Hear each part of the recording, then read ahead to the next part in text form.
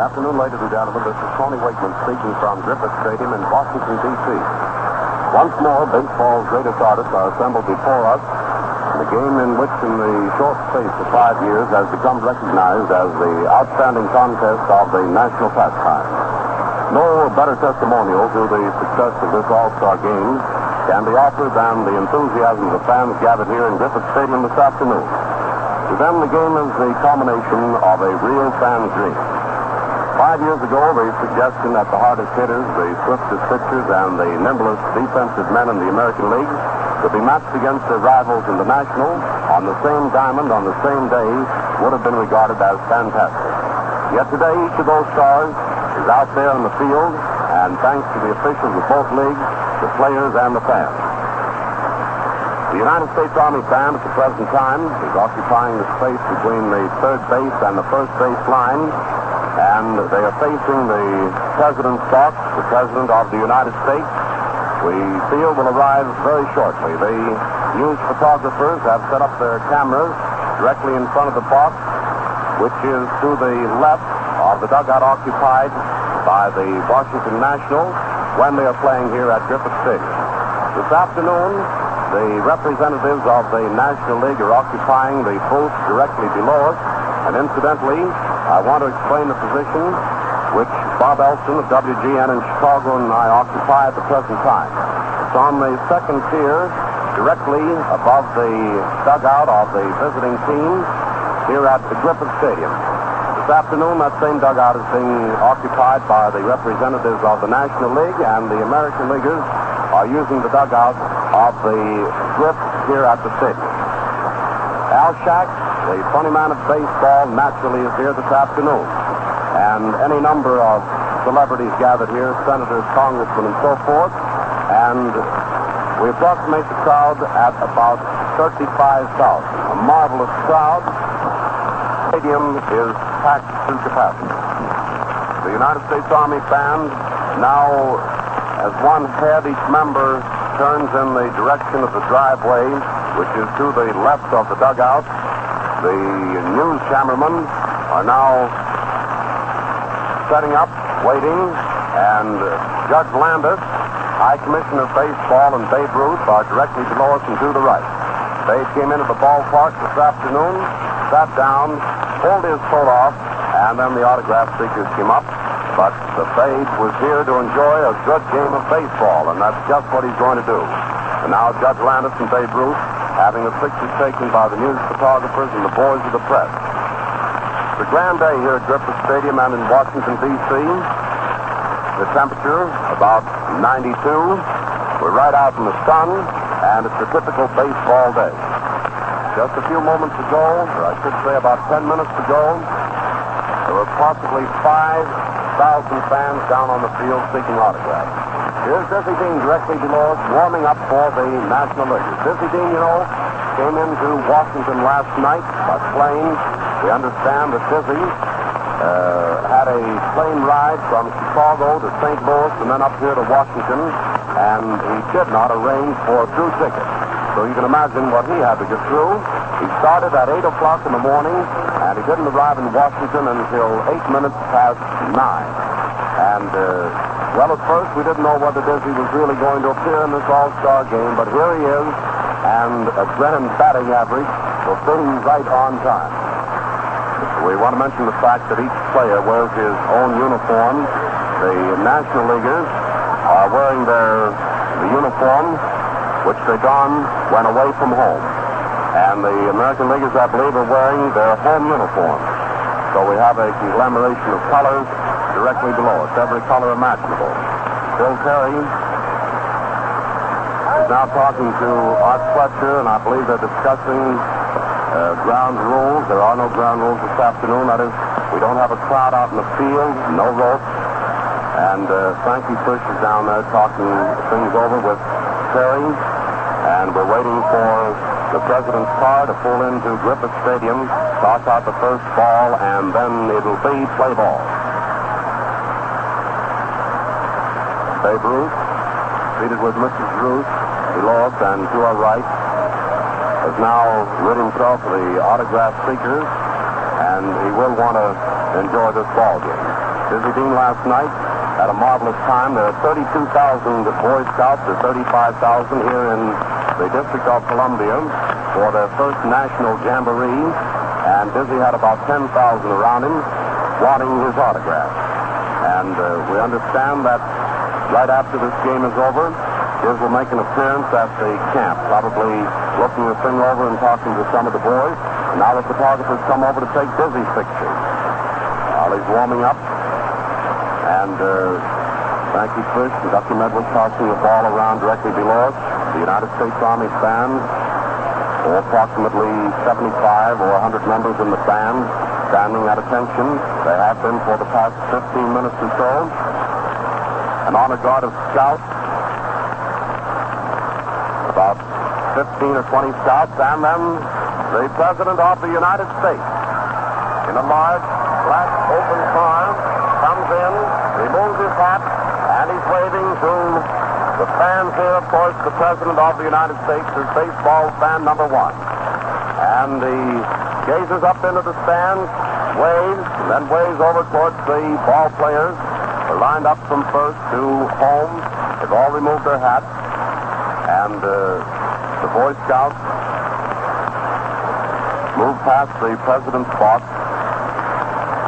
The President will leave the car. Son James is with him and his military aide. They're getting out of the car now, and then he'll take his position in the box, then toss out that ball, and we'll be off. I again want to remind you that the play-by-play description of this game will be given by Bob Elson of WGN in Chicago. They're still snapping away with their cameras over there on the far side of the field. The newsreel camera's grinding away. And the President will probably toss out the ball. Vice President Garner has now joined the party. The Scouts are leaving the box. They've had their pictures taken with the President of the United States. Now they're leaving. And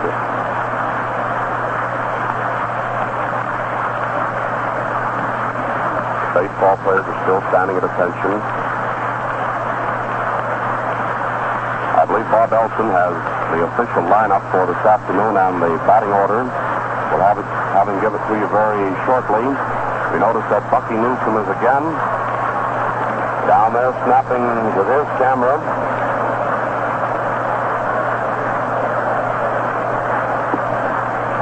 Still taking pictures of the President and the Scouts who are with him. March out to the flagpole and the raising of the flag.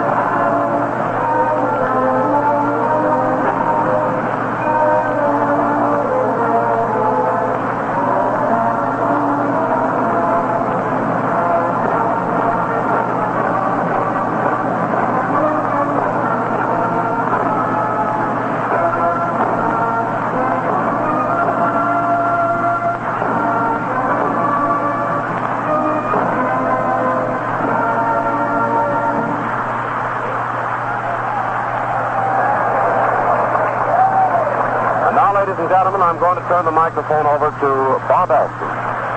Thank you very much, Tony Wakeman. Good afternoon, ladies and gentlemen.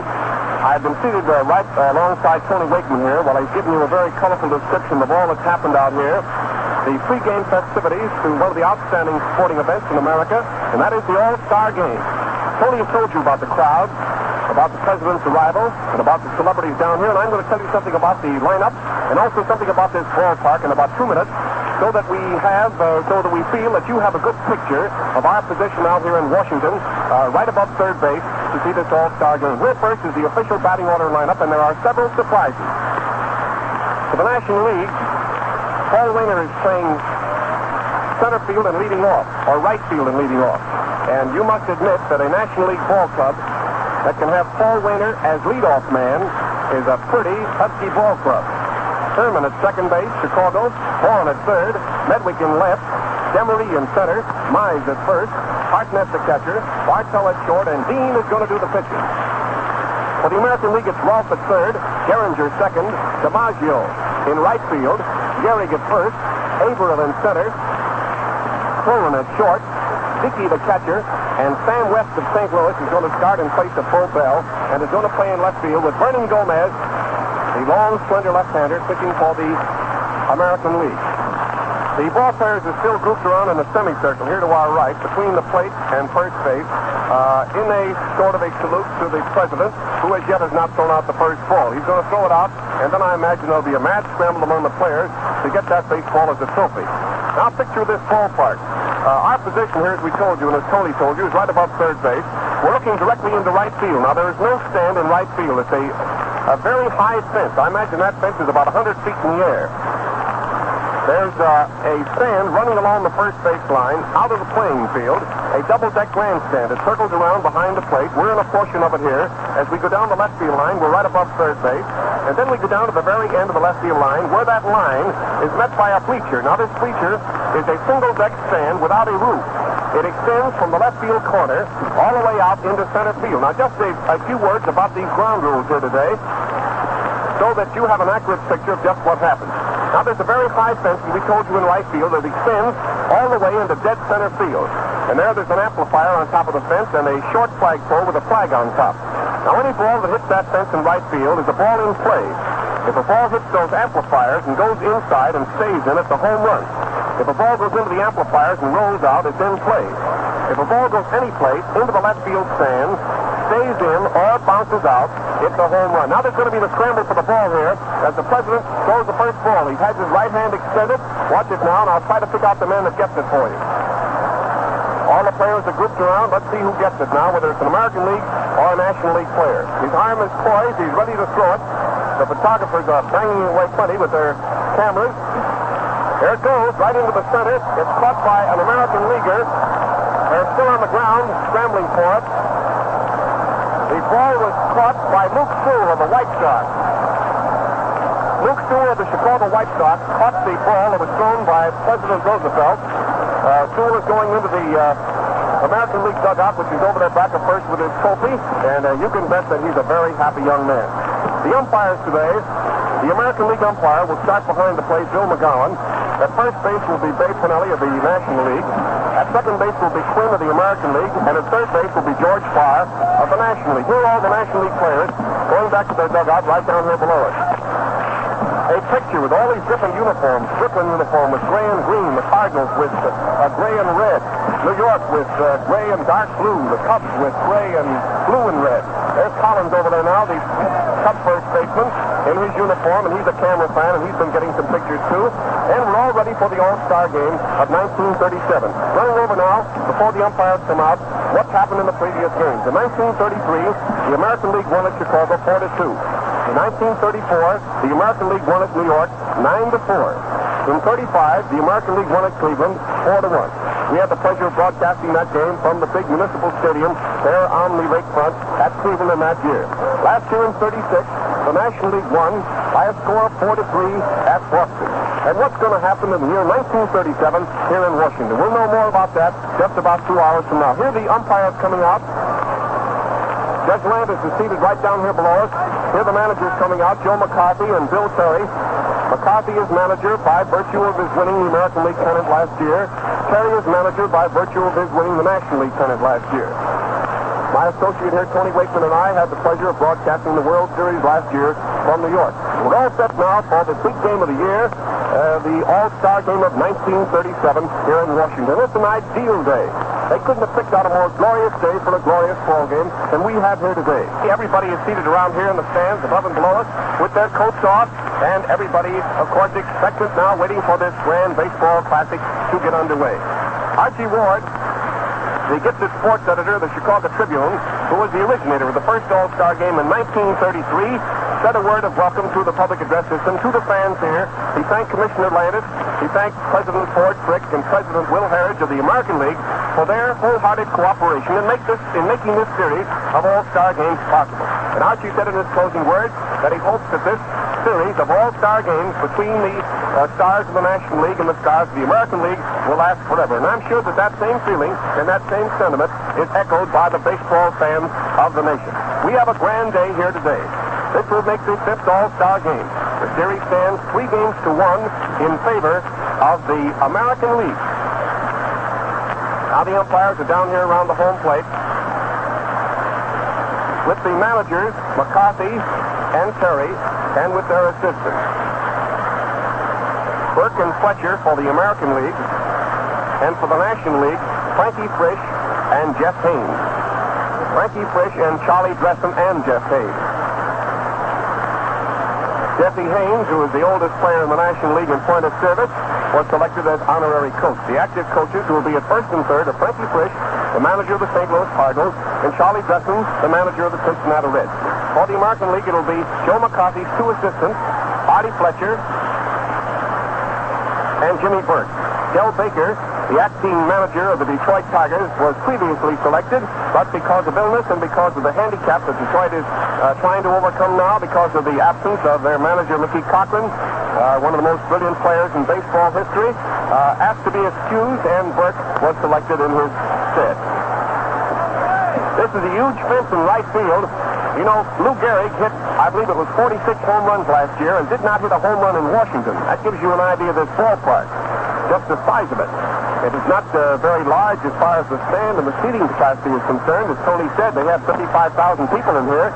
They could have put 60,000 people in this ballpark today because Washington is stark mad as far as this All-Star Game is concerned. There's all sorts of enthusiasm and excitement about it.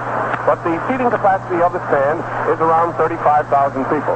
There are no stands in right field. There is a stand in left field which extends all the way from the left field line to the center field wall. I'm going to repeat the batting order for those of you who might be just tuning in. Paul Wainer of Pittsburgh is in right field. Herman of the Cubs second. Vaughn of the Pirates third. Medwick of St. Louis left. Emery of the Cubs in center. Mize of St. Louis at first. Hartnett of the Cubs catching. Bartell of New York at short. And Dean with 12 and 7 as the pitcher. For the American League, it's Rolfe at third. Gehringer second. DiMaggio in right. Gehrig at first. Averill in center. Pullen at short. Dickey the catcher, West in left field, and Gomez the pitcher. And now before the ball game gets underway, we're going to pause very briefly for station identification. You're listening to the broadcast of the All-Star Game. The preliminaries here before the ball game gets underway from Griffith Stadium here, the nation's capital in Washington, D.C. This is the Mutual Broadcasting System. This is WGN, the voice of the people, Chicago. Well, we're just waiting now for the umpires to signal play ball. We'll sit back very comfortably now, ladies and gentlemen, and listen to the broadcast of the All-Star Game here from Washington. The umpires are down around the plate. There, the American League players are going onto the field. Of course, the home team, the home uniform of every team is white. And that's why the American League players, even though they all have different uniforms in some respects, are all in white. That is the general trend of their color of their uniform. The National League, because they're wearing visiting uniforms, are all in different colors. There's Frisch going down to first, coach at first. And here's Charlie Dressen coming over to coach at third. And here's the leadoff man, last year's National League batting champion, Paul Wainer, leading off. That's one for the book. These clubs are so well stocked for hitters, with so much punch on each side. And here we have a man who's a natural 3, 4, or 5 spot hitter on the lineup, batting as leadoff man, Paul Wainer, with an average of 385. I don't think, Tony, you'll ever see that again. A 400 hitter leading off. Well, it should be a grand game. It's a grand day, and I'm sure that you join us in echoing the sentiment, may the best team win. Here's Gomez. Tall left-hander out there on the mound, getting ready to pitch to Paul Wainer. All set. Here's Rolfe of the Yankees down below us at third. There's Joe Cronin at short. There's Charlie Gehringer, one of the greatest players of all time, at second. And there's Larry Lou Gehrig, one of the outstanding players of all time, at first. In right field is Joe DiMaggio. In center field is Earl Averill, and in left field is Sam West. Bill Dickey of the Yankees is the catcher, and Gomez is the pitcher. We're all set now for the first ball to be pitched. McGowan is the umpire, the American League back of the plate. And here's Paul Wainer up, a left-handed hitter. Now we're getting all set. Gomez has his sign. He's ready now to wind up in the first pitch. It's a fastball that's a little bit outside at the knee for a ball. The umpire is moving the photographers away from photographers, grouped around the plate, and the umpire says no. This has been a field day for the boys, with Babe Ruth, Judge Landis, the president, Will Harridge, Ford Frick, and celebrities from every walk of life out here. The boys have had a great day, clicking the old shutters of their cameras. The first pitch of the ball game was a ball. Paul Wainer is up. Gomez is getting his sign again. Here's the next pitch. It's a strike. It's shoulder high, right over the plate, and the count is 1-1 on the hitter. Nobody on, nobody out. The game is just getting underway. The National League gets back first. Gomez gets his sign. Here's the next pitch. It's a fastball inside, close at the knee for a ball, and the count is 2-1 on the hitter. American League tossed it up out there in the infield. There's Charlie Gehringer rubbing his glove. Gomez bends halfway over, getting that wind-up set. Here he is, the pitch.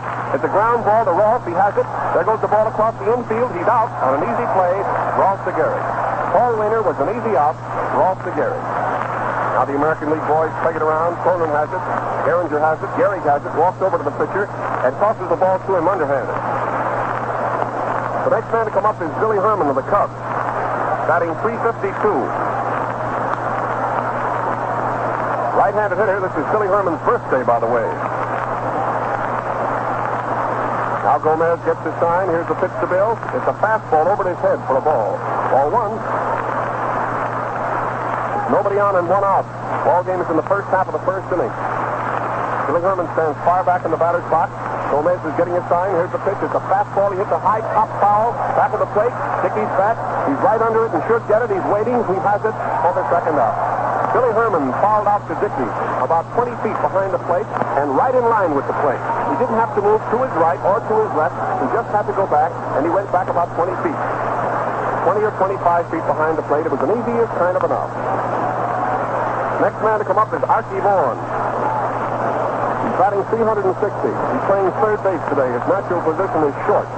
He's a left-handed batter, and he stands way back in the far corner of the batter's box, far away from the plate. Now Gomez is getting his sign. Here's the wind-up in the pitch. It's a fastball, and he hits a fly ball in the right center field. It's stopping for a hit. It's a single in the right center field. Averill gets the ball back into the infield fast, and it is the first hit of the ball game, a single into right center field. Just a fly ball, not very high, and it dropped in short right center. Averill took the ball in the second bounce and shot it back into Gehringer at second. Here's Medwick. He's batting .404. Medwick of St. Louis, the right-handed hitter. Number 7 in red on the back of his gray uniform. The first pitch is too low and outside, a fastball. There's a man on first for the National League. There's 2 outs. The game is in the first half of the first inning. Gomez is pitching against Dean. Now Vernon gets his sign again. He's all set. Here's the pitch. Medwick looks at a fastball inside, post, knee high, a ball. Ball 2. Runner on first base. Archie Vaughan has a short lead off. The catcher for the American League is Bill Dickey, and he has a great throwing arm. Here's the next pitch. Medwick gets the bounding ball out to the shortstop, Cronin. Over to second base, out. Cronin to Gehringer. Forced Vaughn going down to second base, and it retires aside. All right, Cronin.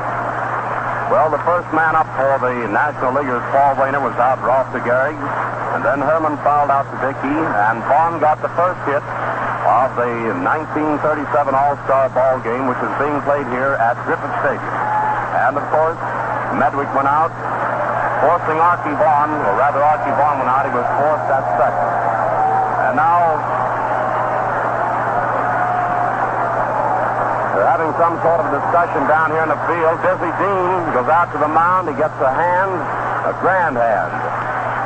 I would like to mention at this time that tonight from 8:30 to 8:45 p.m. Eastern Standard Time, the Mutual Broadcasting Network will make a special pickup to KGMB Honolulu, during which they will give a recreation and explain the activities to date which are being exercised in the search for Amelia Earhart and her navigator Newman. Now that time is 8:30 to 8:45. And now we're going into the last half of the first inning and back to Bob Elson. Thank you, Tony. For the National League, Mize is at first, Billy Herman at second, Bartell at short, Vaughn is playing third, Medwick is in left field, Demery is in center field, and Paul Wainer in right field. Hartnett is catching, and Dean is the pitcher. The first man to bat for the American League is Rolfe. The third baseman, his average for the year is 293.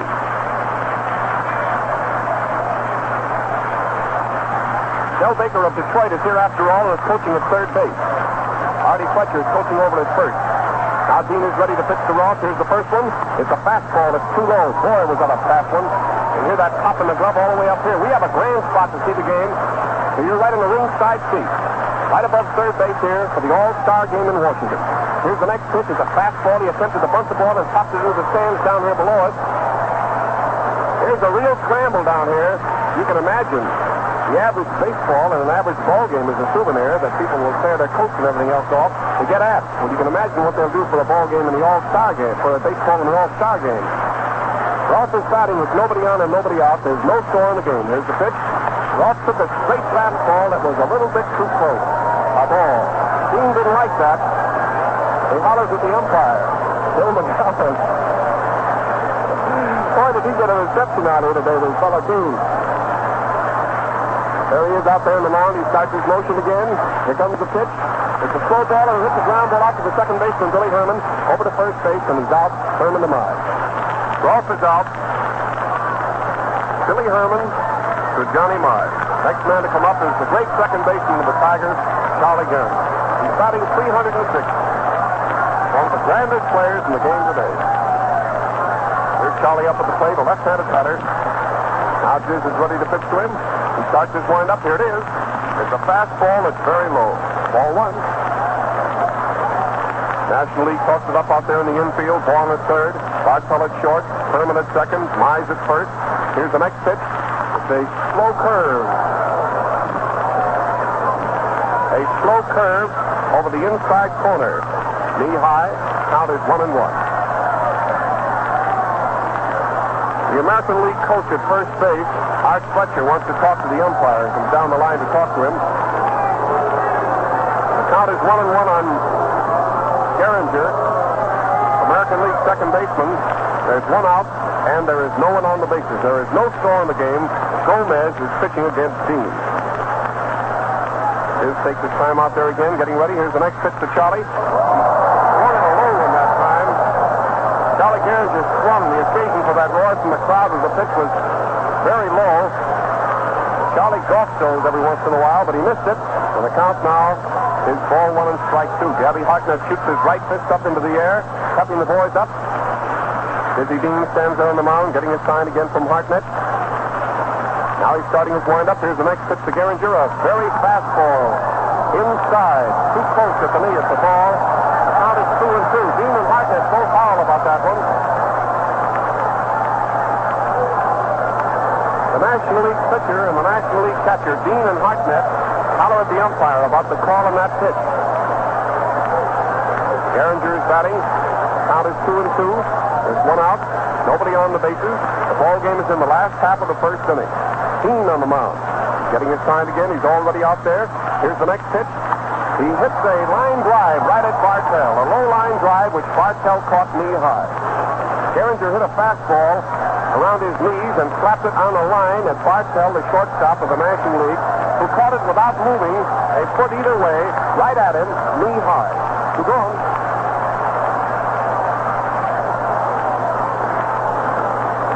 Here's the Yankee star, Joe DiMaggio, playing right field.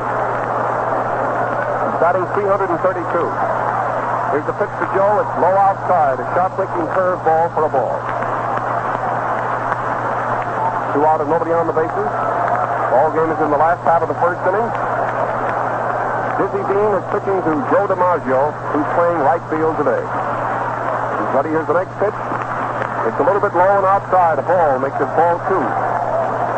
Next man to come up will be Lou Gehrig. Del Baker of Detroit, American League coach here below us at third, makes a lot of noise. Here comes the next pitch. DiMaggio swung and missed. Sharp-making curve and around his knees, and the count is ball two and strike one. DiMaggio steps out of the batter's box, gets a lot of dirt on his hands, then gets up in there again. With a white uniform with black trim stripes and a black number 5 in his back. Here's the next pitch. Fastball over the outside corner. A sidearm fast one. It's a strike, and the count is 2-2 on DiMaggio. Hartnett steps out in front of the plate, shoots that right fist of his up in the air again, says something to Diz, and then gets back in behind the hitter. It's a 2-2 count on Joe DiMaggio. 2 out and nobody on in the last half of the first. With Diz getting his sign again. There's the right foot forward. His motion is started. Here it is. High inside a ball makes it 3-2 on Joe. This is getting his sign now. He's all ready. Here comes the next one. It's outside a ball. Ball 4. DiMaggio gets the base on ball. Here's Lou Gehrig coming up. Gehrig is batting 372. The president has his hat off over there now. He's all settled back. America's #1 baseball fan is enjoying the All-Star game, just as you and I. And on first has a short lead off. Lou Gehrig is up. Here's the pitch. It's a strike over the inside corner, knee high. Lou Gehrig stands there with the bat on his shoulder, keeps an eye on the man on first base, Joe DiMaggio, his teammate. There's 2 out here in the last half of the first. Dean throws to first base, but the runner's back in plenty of time. Johnny Mize of the St. Louis Cardinals is the National League first baseman. Man on first is Joe DiMaggio. He drew a base on balls. So far, there's been 1 hit of the game. Archie Vaughan. He's ready. Here's the next pitch. A fastball. Oh, how he swung that time and missed it. Dizzy Dean threw in a fastball knee high to Gehrig, and Gehrig swung hard and missed. 2 strikes on Lou. Lou Gehrig, American League first baseman, is at bat here in the last half of the first inning with Joe DiMaggio on first and 2 out. Dizzy Dean on the mound. Tall Cardinal right-hander has his arms up over his head. He's ready. Here's the next pitch.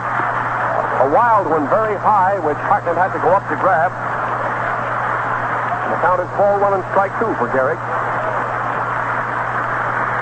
DiMaggio isn't taking any chances on Hartnett's arm. He's staying right close to first. Vaughn at third, Bartell at short, Herman at second, Johnny Mize at first. A man on for the American League and 2 out. Now Diz is getting his sign again. Here's the pitch. Gehrig gets the roller foul down the first baseline. Johnny Mize comes over the line, picks up the ball, and fires it back around the National League infield. It was an easiest kind of a roller foul, about 5 feet outside the first baseline, and rolled almost down to the bag when Mize picked it up. National League boys take the ball around, pep it up out there in the infield. The outfield is playing Gehrig a little bit around to the right. Dizzy Dean is getting his sign again. Man on first base has a pretty good leadoff. There he goes. Gehrig swung at the ball and foul tipped it. Lou Gehrig swung at the ball and foul tipped it, and the count is 1-2 on the batter. DiMaggio is going back to first.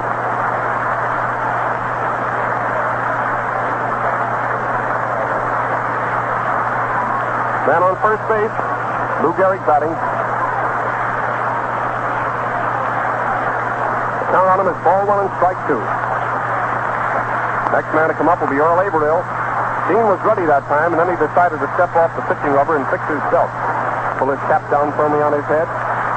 Now he's getting ready out there again. He's all set. There goes the runner. Here's the pitch. Strike 3. Struck him out. A fastball right over the plate, and Gehrig swung hard and missed, and it retires the side. All right, folks. Well, when Dizzy Dean steps out on the diamond, he always causes a lot of excitement. Here he is directly below us, grinning from ear to ear as he walks into the dugout. Roth, the first man up, was out Herman to Mize. Gehringer drove to Bartell for the second out, and then DiMaggio walked. And Lou Gehrig came up, and Dizzy Dean struck him out. The score at the end of the first inning, the National Leaguers nothing, and the American Leaguers nothing. 1 hit so far, and that was by Archie Vaughan in the first inning. We're going in now to the Nationals half of the second. Score 0-0, and Bob Elson. The first man to bat for the National League will be the brilliant outfielder of the Chicago Cubs, Frank Demery, who's playing in center field today. Frank is a right-handed hitter. His batting average today is 323. He's a fine outfielder. He can travel out there in the outfield. He has a good arm, a fine hitter, and a real hustler. Boy, it'll be very hard to pick between these two teams today. Two wonderful teams. Vernon Gomez is pitching for the Yankees. Dizzy Dean is pitching for the National League. Vernon Gomez for the American League and Dean for the National. Here's Frank Demery up, starting the second inning, and the first pitch is very low, almost into the dirt. Ball one. Here's an airplane droning overhead. Nobody on the bases and nobody out. The ball game is in the first half of the second. Gomez gets his sign. Here's the next pitch. He hits a high, short fly to center field. It should be caught. The center fielder is in under it. Earl Averill, he's looking up. Bing, he caught it for the first out. Frank Demery sent a short fly ball into center field that was caught by Earl Averill. He throws the ball in behind second base to Cronin. Cronin flips it to Gehringer. Gehringer to Roth, and then back to Gomez. The next man to come up is the first baseman of the St. Louis Cardinals, the National League first baseman, Johnny Mize. He's batting .363. Here's the pitch. He hits a high fly into left field that should be caught. The left fielder's coming in. He's right under it now. Sam West, and he caught it for the second out. Johnny Mize hit a high fly into short left field that was caught by Sam West, outfielder of the St. Louis Browns. You can see the reflection of the sun on his glasses. Now the next man to come up is Hartnett of the Chicago Cubs. His batting average is .384.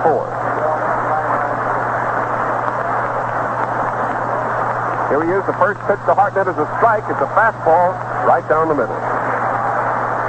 Two off for the National League. Nobody on the bases. There's no score. Gomez against Dean. Gomez is ready. Here's the pitch. He hits a bounding ball between first and second. Second baseman Gehringer has it over to first. He's an easy out. Gehringer to Gehrig, and it retires the side.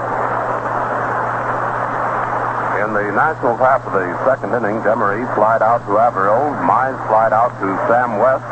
And Gabby Hartnett went out Gehringer to Lou Gehrig at first.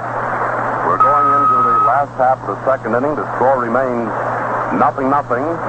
And we've had one hit so far in this ball game. Archie Vaughn's single in the first inning for the National League. And as we told you, Dizzy was highly pleased after his appearance out there in the first inning. Came back into the dugout. Broad smile. He's still shooting them down. Gabby Hartnett now walking over, and we'll turn the microphone back to Bob Elson. The first man to bat for the American League in the last half of the second inning is Earl Averill. Earl is playing center field. His batting average is .313. He's a left-handed batter. Now Dean is ready. Here's the first pitch. It's a one, a little bit too close, knee high. Ball one. Nobody on and nobody out in the last half of the second inning for the American League. No score. Here's the next pitch. Averill took one right across his shoulders for a strike. The count is 1-1 on Earl Averill, the first man up in the last half of the second. Diz gets the sign again from Hartnett. The National League infielders chalk it up out there. Vaughn, Bartell, Billy Herman, Mize. Now Diz has his sign. Here's the next pitch. He almost fell. Diz almost fell as he threw that one. It was a ball over his head. And he's laughing now. As he delivered the ball, he stumbled. And the pitch was very high, went over the batter's head, and Earl Averill, the batter, shids him a bit. So the count is 2-1 now. Diz is getting ready again. Here's the next pitch. Low and inside the ball. Makes it 3-1 on Averill. Nobody on and nobody out. Last half of the second. Next man to come up is the shortstop, Joe Cronin. Here's the pitch. It's a perfect pitch right over the heart of the plate. Strike. Fastball.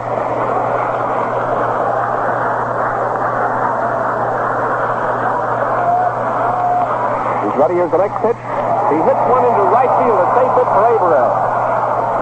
Right fielder Paul Wainer juggles the ball but picks it up right away. It's a single into right field for Earl Averill. It brings up Cronin, the manager and shortstop of the Boston Red Sox, the right-handed hitter. Cronin's average to date is .332.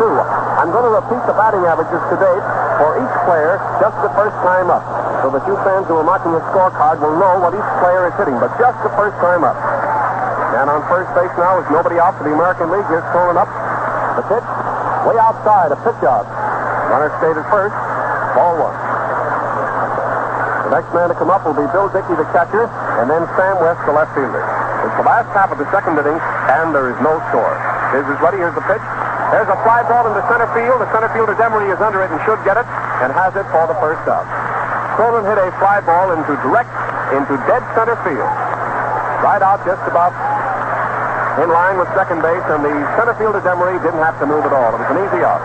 Next man to come up is the catcher of the Yankees, the American League catcher today, Bill Dickey.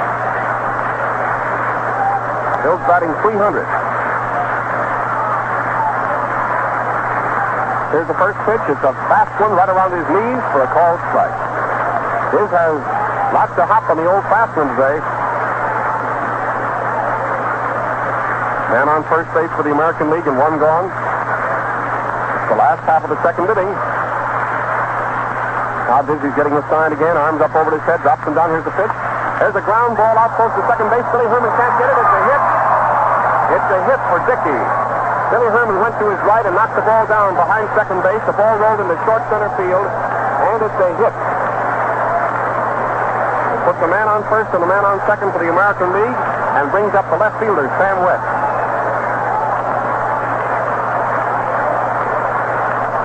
That's 2 hits this inning.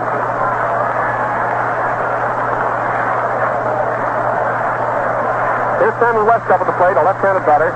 Man on first and a man on second. Now Dizzy's getting a sign again. He's all ready.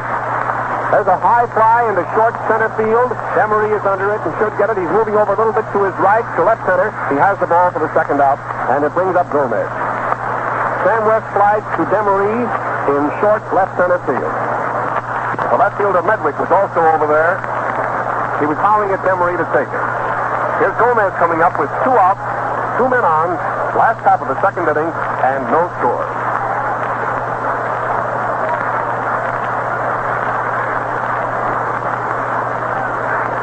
So we've had 3 hits in the ball game so far, 1 by the National League and 2 by the American League. Hartnett and Mize talked to the pitcher, Dizzy Dean.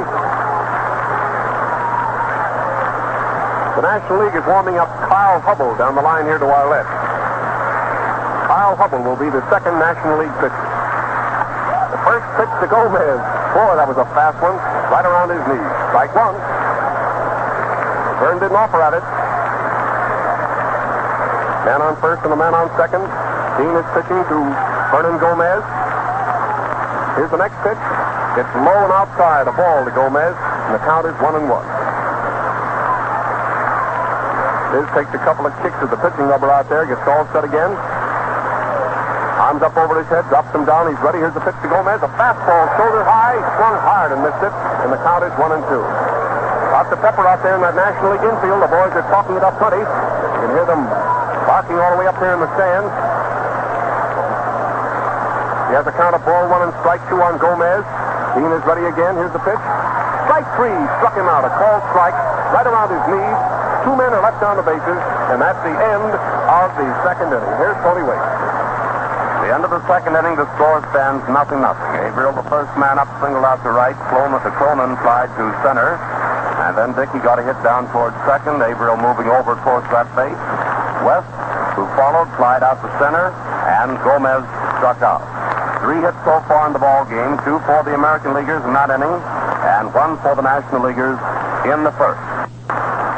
Back to the ball game at Griffith Stadium, the nation's capital, Washington, D.C. We're going into the national half of the third inning. Score 0-0, and Bob Elson. First man to bat for the National League in the first half of the third, right down here below us, is little Dick Bartell. There's that familiar traveling uniform of the New York Giants, gray, with a light blue cap and blue and white stockings and blue lettering on the back of the shirt. Dick wears number 2. He's the first man to bat for the National League in the first half of the third. Bartell's number is 300. His batting average is 306. Now Gomez looks him over. First pitch to Bartell, he swung at and fouled. It nicked Bill Dickey in the shoulder. Went back into the wire. 1 strike on Bartell. Charlie Dresden of the Reds is coaching at third. Frankie Fish of the Cardinals is coaching at first. The National League gets that in the first half of the third. Gomez is getting his sign. Here's the next pitch. He hits the ground ball to the shortstop, Conan, up with it. There it goes over to first base. He's out by about 10 feet for the first out, Conan McGarry. Easy out. Here's 52.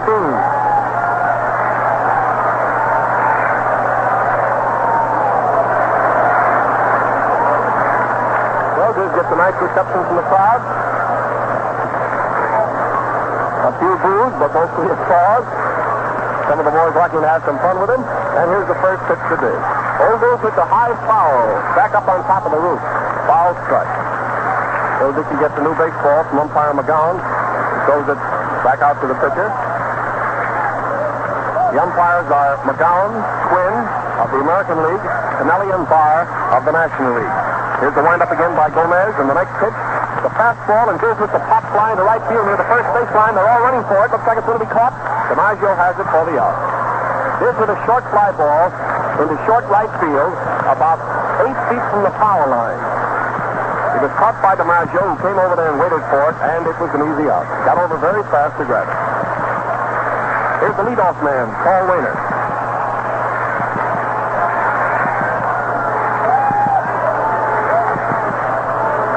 The fans are having some fun with Diz. He comes back. First man to bat for the National League in the first half of the third. Bartell's number is 300. His batting average is 306. Now Gomez looks him over. First pitch to Bartell, he swung at and fouled. It nicked Bill Dickey in the shoulder. Went back into the wire. One strike on Bartell. Charlie Dresden of the Reds is coaching at third. Frankie Fish of the Cardinals is coaching at first. The National League is back in the first half of the third. Gomez is getting his sign. Here's the next pitch. He hits the ground ball to the shortstop, Conan, up with it. There it goes over to first base. He's out by about 10 feet for the first out, Conan McGarry. Easy out. Here's 52.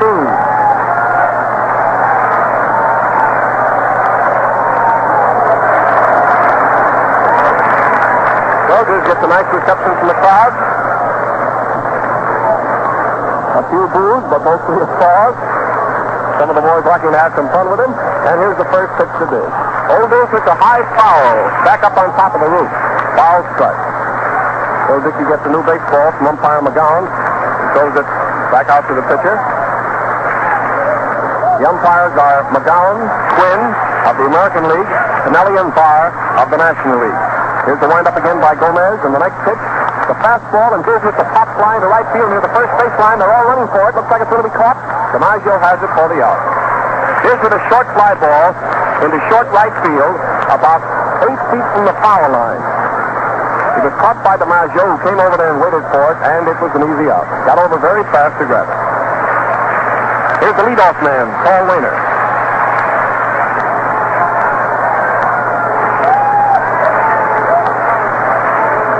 The fans are having some fun with Diz. He comes back behind the plate, back here to the National League dugout.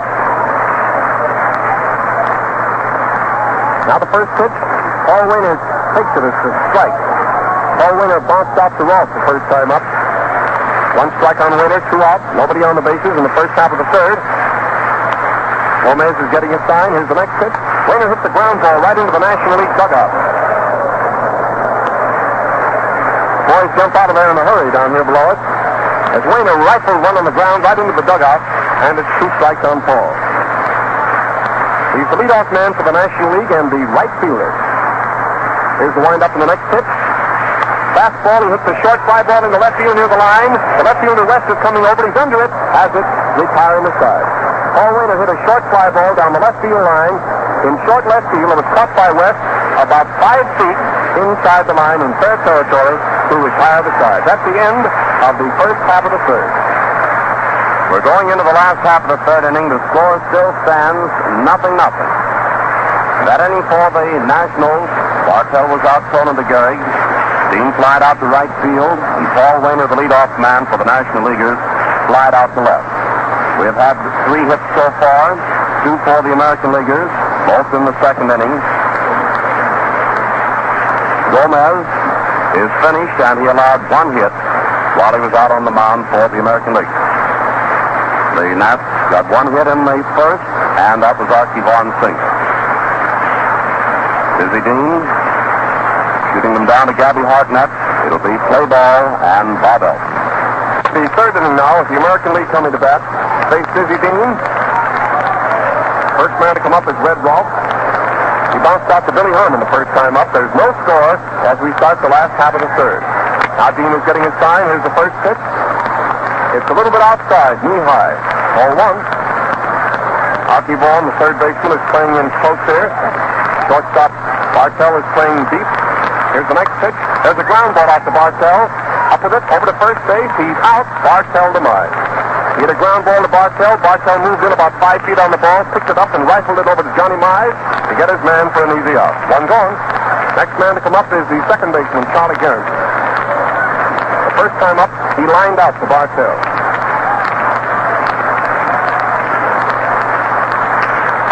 The first pitch is a ball that's too low to Gehringer. Ball one. Johnny Mize plays Gehringer way over near the first baseline. Here's the next pitch, it's slow ball. It's a strike. Gee, that was a beauty that time. Old Diz threw in that floater. Just seemed to hang in the air. He got it right in there below Charlie Gehringer's shoulders for a strike. Here's the next pitch to Charlie. It's a fastball right down the middle. A beauty that time for a called strike. And the count is 1-2. And Old Diz is mixing them up plenty. One out and nobody on in the last half of the third. Dean is ready. Here's the pitch. He hits a high foul up on top of the roof here to our right. Our position is in the upper grandstand between the plate and third. Old Diz is right down here in front of us now. Looking down at Hartnett, getting his sign. Charlie Gehringer gets tired of waiting. Wipes his face with his sleeve and steps out of the batter's box. Now he's back up in there again. The count is 1-2 on Charlie. There's one out. Nobody on the bases in the last half of the third. Here's the pitch. It's the ball. It's outside, shoulder high. I rather think if you listen closely that every once in a while you can hear that ball pop into the glove on your radio. It's so close here to the plate. Diz is getting his sign. Here's the next pitch to Gehringer. He hits a high-bounding ball between first and second. Billy Herman is over fast, over to first base, and he's out. Herman demise. It was a high-bounding ball. Herman got it off the third bounce and threw him out. He went to his left, that is towards first. Picked the ball up midway between the bags, between first and second. Here's the right fielder, Joe DiMaggio. He walked the first time up. Joe is facing Dean. There's two out and nobody on the bases and no score. He was in the batter's box and then he stepped out again to get some dirt on his hands. Pretty warm here today. Here's the pitch. It's a little bit too close above the knee for the ball. The first time up, he drew a walk. Diz is getting his sign again. He's ready. Here's the next pitch. He fouled right back into the wire behind the plate, and the count is 1-1. Dean steps back off the pitching rubber momentarily, but right back up there again. He's a fast workman out there on the mound today. He's winding up again. Here's the next pitch to Joe. It's a fastball right down the middle for a strike. Waist high, and the count is 4-1 and strike 2 on Joe DiMaggio. There's two out here. Nobody on the bases. He's getting ready. Here's the next pitch. There's a hard hit single right out over the bag in the center field. A hard hit ground ball by DiMaggio right through the box, right over second base into center field. Puts him on first base and brings up Lou Gehrig. That was hit number 3 for the American League. The National League has made one hit.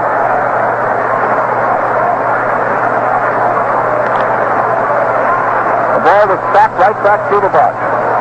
Here's Lou Gehrig up. And on first base, a slow ball to Gehrig is right across his knees for a called strike. The first time up, Gehrig struck out. There's keeps a watchful eye on DiMaggio on first base. Is extending his lead a little bit. Watch him there. He edges off the bag. There's a fair lead. He's edging off a little farther. Here's the pitch. A fastball, and he hits the long one way back in the right field. It may be in. Is a home run over the right field pitch.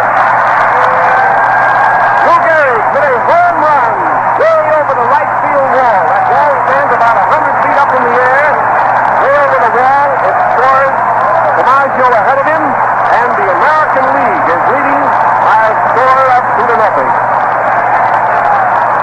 gets a salute from President Roosevelt there in the box as he goes by.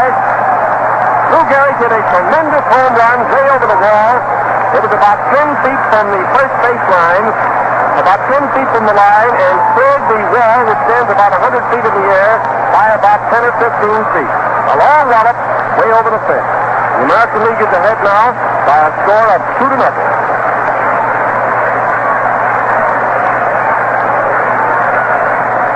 Well, as the murmur is still going through the stands, here's our laborer coming up now.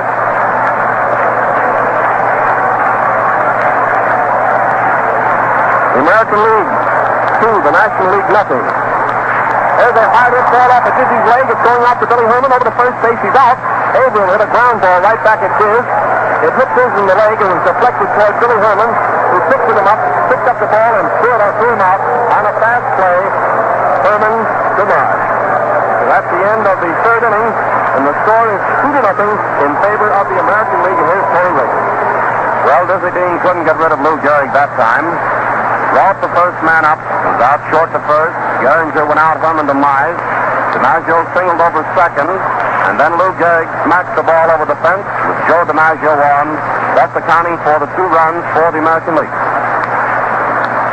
At the end of the third inning, the American Leaguers 2, the Nationals nothing. We're going in now to the fourth inning.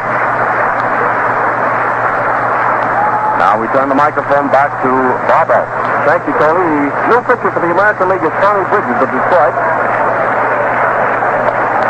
Tommy's record for the year is 9 victories against 3 defeats. We're starting the first half of the fourth inning, and we have Billy Herman, Archie Vaughan, and Medley coming up in order in the first half of the fourth. American League 2, National League nothing.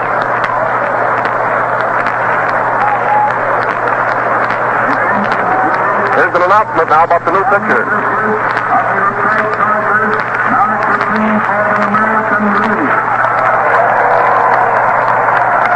Tommy Bridges, the slender right-hander of the Detroit Tigers, is pitching now for the American League.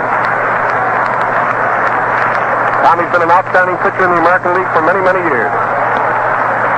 We saw him pitch some great ball in the World Series against the Cubs just a few years ago, especially in that final game. But here he is now with Billy Herman of the Cubs, second baseman of the National League All-Stars up at the plate. The first pitch to Billy is low and outside for a ball. National League has a 2-run handicap to overcome now. A single by DiMaggio and a home run by Lou Gehrig gives them a 2-run lead. Bridges gets his sign again. Here's the next pitch. It's low into the dirt. A ball makes it ball 2. Bill Dickey steps out in front of the plate and throws the ball back to Tommy. Nobody on and nobody out. Bridges gets his sign again. Now he's all set out there. Here's the next pitch to Billy Herman. There's a hit over the third baseman's head into left field. It's a single to left field for Billy Herman. First hit off of Tommy Bridges. First man he's pitched to, Billy Herman singles to left field. Next man to come up is Archie Vaughan, the third baseman. Vaughan had a hit the first time up. Ball game is in the first half of the fourth. Man on first, left-hander up at the plate. Now Bridges getting ready. First pitch to Vaughan is low and inside, a ball. Ball 1.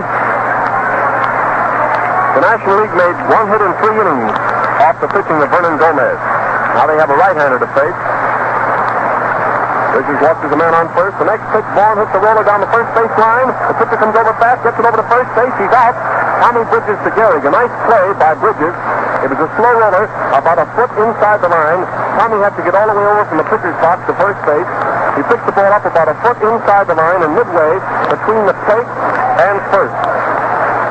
Picked the ball up and with the same motion threw it to get Vaughan a fast man for the first out. Billy Herman is on second, and the next man to come up is Joe Medley. Medley hit into a force out the first time up, hit to the shortstop. Here's Joe up at the plate now with Billy on second base. National League 2 runs behind. The first pitch, he hits a bounding ball over Frankie Frisch's head, foul down the first baseline. Frisch is coaching at first. Remember the picture now for the American League on the field. DiMaggio is in right field. Averill is in center field. West is in left field. Gary gets first. Gehringer second. Cronin short. Rolfe third. Dickey catching. And a new pitcher now, Bridges. Here's the next pitch. Medwick hits one down the third base line. The base hit. Here's Billy Herman coming around third base and scoring. Medwick is going to try for second. There's the throw from West, and he's safe at second. A double by Medwick. Right over third base, scores a run, and the score now is 2-1. Joe hit a bounding ball about a foot inside the line when it passed the bag, rolled down the left field line. West, the left fielder, hurried over and jabbed the ball and fired it into second base. There was no play at the plate. Billy Herman scored standing up. Medwick went into second base standing up.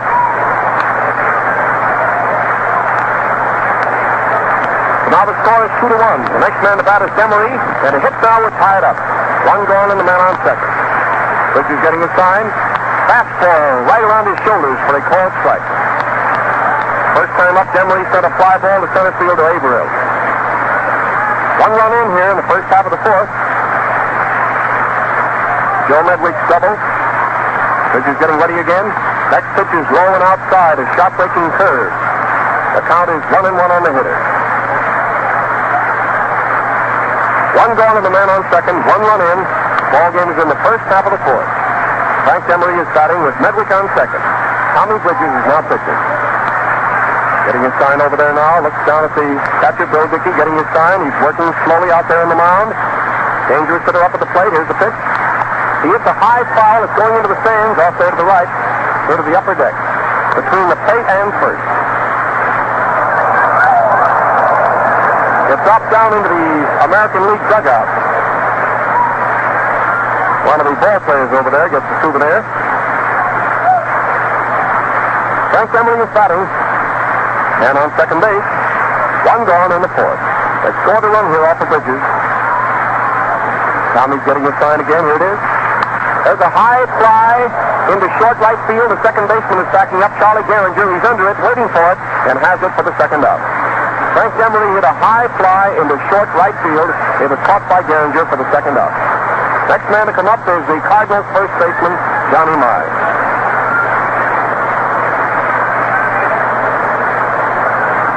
Frank Demery sent a fly ball into short right field. It was caught by Gehringer. Now there's two outs, one run in. Man on second for the National League in the first half of the fourth. Bridges is ready to pitch to Johnny Mize.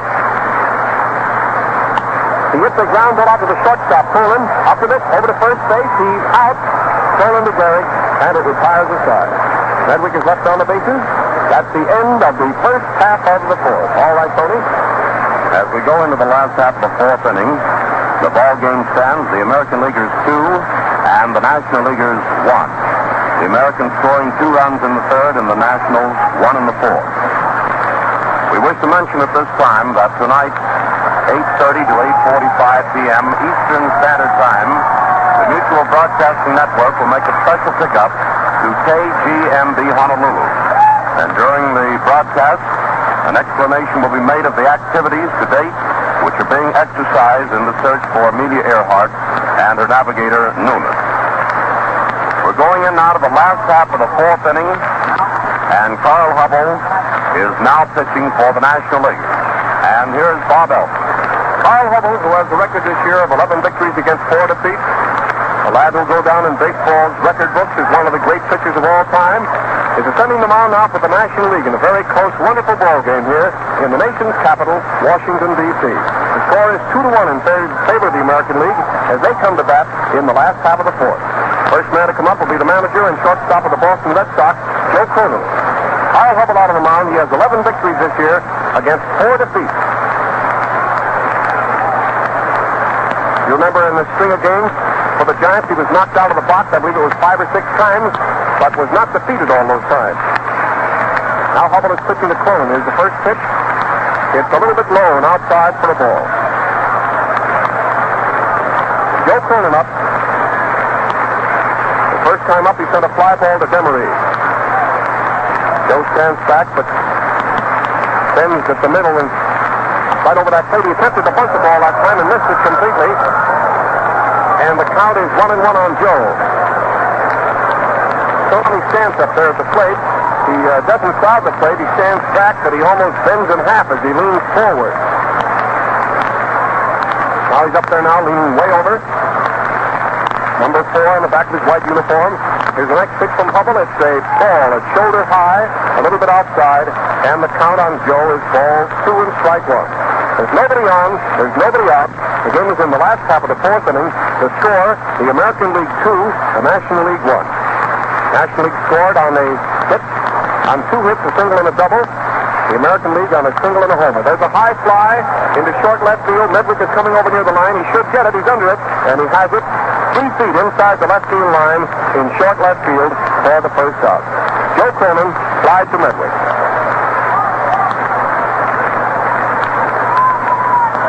Now the next man to come up is Phil Dickey, the American League catcher. He had a hit the first time up. Carl Hubble is pitching. Now the wind-up in the pitch. It's a fastball that almost hit him in the head. Ball 1. Bill jumps out of the way in a hurry. Billy Herman plays this batter back on the grass. Second baseman of the National League plays him back, plays him very deep. He's back on the grass almost in short right field. The rest of the infield is intact in position. There's a curveball, that famous screwball of Hubble's, that broke very low. Johnny Mize is playing Dickey very close to first base. Left side of the infield, Archie Vaughan and Bartell making a lot of noise. Now the wind-up in the next pitch. It's a little bit too close, waist high, for a third ball on Dickey. Ball 3. Next man to come up will be the left fielder, Sammy West. The score is 2-1 in favor of the American League. The ball game is in the last half of the 4th. Grand and glorious baseball day. Nice and bright and sun shining and a wonderful game. Here's the next pitch. It's a strike. Right down the middle that time. Waist high. Kyle threw in a straight fastball. He knew the batter'd wait with a 3-0 count. The only object that time was to get it in over the plate. Ball 3 and strike 1 now for Dickey. 1 out and nobody on. Hubble is ready. Here's the next pitch. It's over his head. Ball 4. Phil Dickey gets the base on balls, and it brings up the left fielder, Sam West. The first time up, he flied out to Demery in center field. Hubble takes his cap off and wipes his face. There's number 11 on the back of his gray uniform in blue. Here's Gabby Hartnett down below us making a lot of noise. Sammy West up. He bats left-handed. Carl Hubble is getting the sign again. Dickey has a pretty good lead off. There he goes down. There's a ground ball. 2 miles. He's going into right field. And the runner from first base is coming around to third. It's called a hit. It's a pretty hard-hit ground ball that went through Johnny Mize into right field, and the official scorer calls it a hit.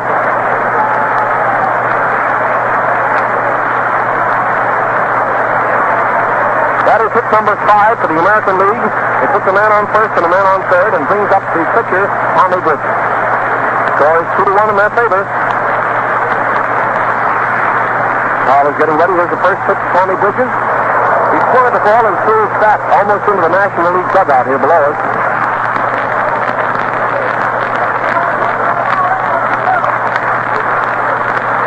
That boy takes it off to him. Tommy Bridges swung at Carl Hubble's first pitch. It was just around his waist. The bat slipped out of his hands and went almost into the National League dugout here behind third. Hubble is getting his sign again. A man on first and a man on third and 1 out. Here's the next pitch to Bridges. He swung again and missed. It's 2 strikes on Tommy. Lately, Carl Hubble is bearing down and putting plenty of dope on that ball now. National League is warming up Blanton in the bullpen in left field. American League gets that in the last half of the 4th inning. West on first, Dickey on third. National League infield drawn in close. Hubble is getting his sign. Here's the pitch. Strike 3. Struck him out on 3 pitch balls. Lots of dope on that one. It was a low pitch outside with a big hook on it. Bridges swung and missed. Here's the leadoff man, Red Rolfe.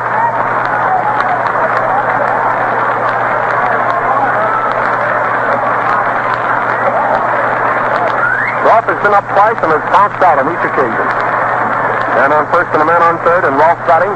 2 gone now in the last half of the 4th. Hubble is ready. Here's the pitch. It's too low a ball. Bill Dickey is right down here below us on third base. Over there at first base is Sammy West. National League infield talks it up plenty and shouts words of encouragement to Kyle Hubble. Here's the next pitch to Rolfe. It's high and outside, a ball. Ball 2. Next man to come up will be Charlie Gehringer. The National League has made 3 hits. The American League has made 6 hits. The American League has made 2 runs. The National League 1 run. Gehrig hit a home run with a man on. Hubble is getting ready out there again. Here's the next pitch to Rolfe. Rolfe hits a fly ball way out into right center field. They're both going for it. They can't get it. And here's Rolfe coming to third. Then he's safe at third. It's a triple against the fence in right center field by Red Ross. That drove in 2 more runs for the American League. Frank Demery, the center fielder, and Paul Wainer, the right fielder, made a frantic effort to reach that ball. It hit the fence out in right center field on the first count. It hit on the ground just in front of the fence and bounced against the fence. Demery fired it back into the infield. Demery to Billy Herman to third base. But Rolfe is in the third base, standing up with a triple. And the score is 4-1 now in favor of the American League. Next man to come up will be Charlie Gehringer. Gabby Hartnett and Bill Terry are going out to talk to Hubble.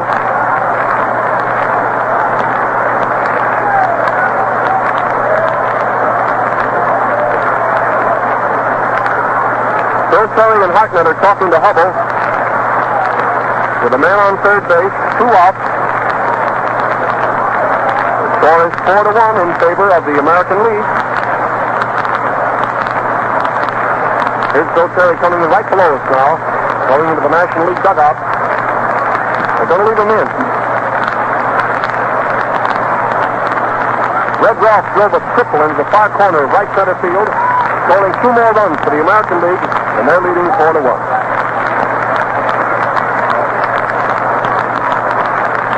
There's Charlie Gehringer up with a man on third and 2 gone. Now to wind up in the first pitch to Charlie, it's over his head for a ball. Ball 1.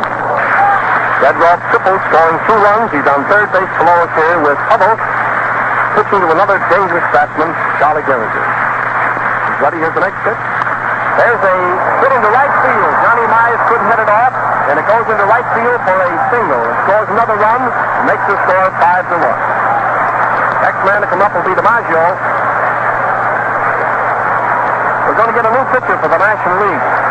Cy Planton is going to relieve Hubble. Well, this has been a big inning for the American League. It started with a walk to Dickey, then a single by Sam West. Gomez, his successor Bridges, struck out, but Ross drove a triple into the far corner of right center field, scoring 2 runs, and then he scored when Charlie Gehringer drove a ground ball into right field for a single. Now the score is 5-1 in favor of the American League in the last half of the 4th inning, and Joe DiMaggio is coming to bat. DiMaggio's had a perfect day so far with a walk and a hit. Now the pitcher's getting his sign. And on first has a short lead off. The first pitch to DiMaggio is wide, shoulder high for a ball. Ball 1. National League infielders talk it up out there. Blanton stands on the pitching rubber. Watches Charlie Gehringer, who's content with a short lead over at first. He's edging now, increasing his lead a little bit. Here's the next pitch to DiMaggio. It's a fastball below the shoulders, right over the plate, and the count is 1-1 on the hitter. Blanton's getting his sign now. He's ready. Here's the next pitch. There was a big hook on that one, and DiMaggio got a piece of it and rolled it off on the ground here to the left. A curveball with a very sharp break. It was apparent up here in the stand. DiMaggio got a piece of it and fouled it off on the ground to the left. Now it's ball 1 and strike 2 on Joe.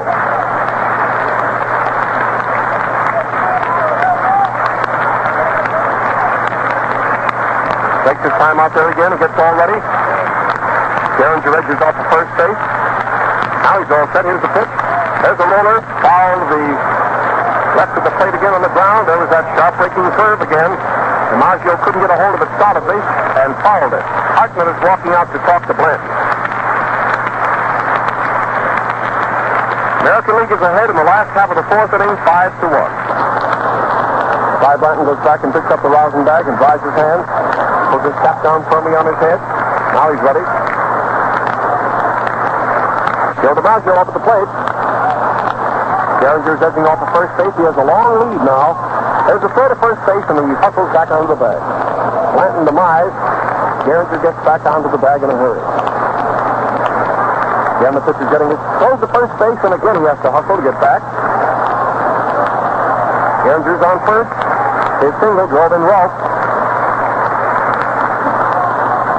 Again, he's ready. Here's the next pitch. DiMaggio took a wide one at the knee for a ball. So far, the American League has made 8 hits.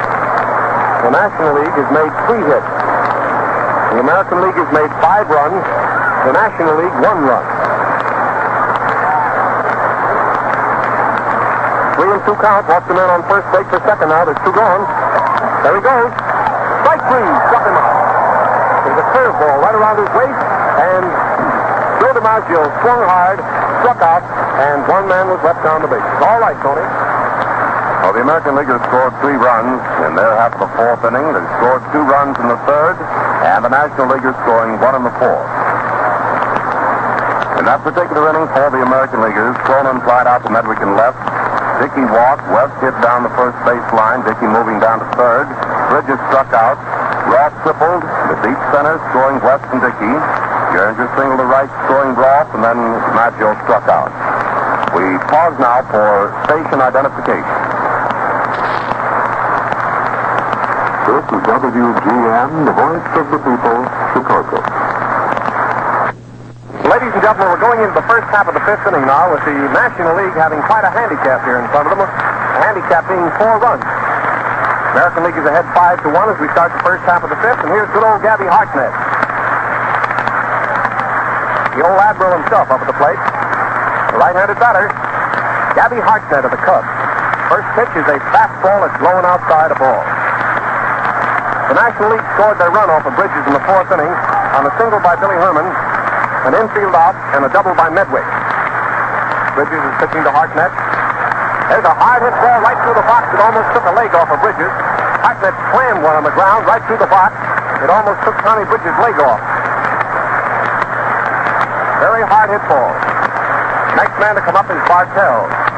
The National League hurries to warm up a pitcher, Grissom of Cincinnati, and there's a chance that we might get a pinch hitter for Blanton. National League here is 4 runs behind. Here's Dick Bartell, the shortstop, coming up with a man on first. This is Bartell's second appearance at the plate. The National League has made 4 hits. Hartnett's hit in the first half of the 5th was hit number 4. Herman, Vaughn, and Medwick have the other. He's ready. Here's the pitch. There's a high fly into left field. Sammy West is under it. Just moved in about 2 feet. He's looking high up into the air, waiting for it. Bing, caught it for the out. And on first base and 1 gone. Here's a pinch hitter coming out. Mel Ott is going to bat for Blanton. Mel Ott of New York is coming up to bat for Cy Blanton.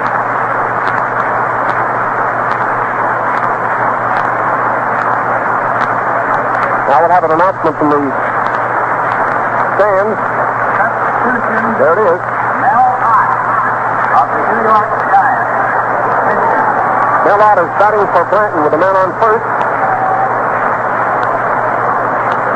National League is in a spot here where Blanton, who came in to strike out DiMaggio, must be sacrificed to try to get some runs. 4 runs behind. They have a man on first base and 1 gone. And Bill Terry is putting Ott in to bat for Blanton. Now Bridges is getting his sign. First pitch to Little Mel is too low for the ball. Ott has been in a bad slump up until the last 2 weeks when he started to bang that ball in old-time Ott fashion. Pitch is a strike. It's right around his knees, and the count is 1-1. Ott is not hitting anywhere near 300, which is far off of his average. Bridges getting his sign again. Here's the next pitch to Ott. Ott swings and hits one down the first baseline. A base hit. Going far back into the right field corner. Here's Gabby Hartnett coming around to third, and Ott pulls up at second base. It's a double. Hard hit ball down the first baseline between Gehrig and the line. It hit in short right field, just about a half a foot fair. Gehrig stuck out his glove trying to head the ball off when it went by him in the air about knee high, but couldn't head it off. It rolled in right field and way down into the right field corner, back against the fence, and DiMaggio fires it back into the infield. DiMaggio to Gehrig, and Gehrig ran into the infield with the ball. Hartnett is on third, Mel Ott is on second. Next man to come up is Paul Wainer, last year's National League batting champion.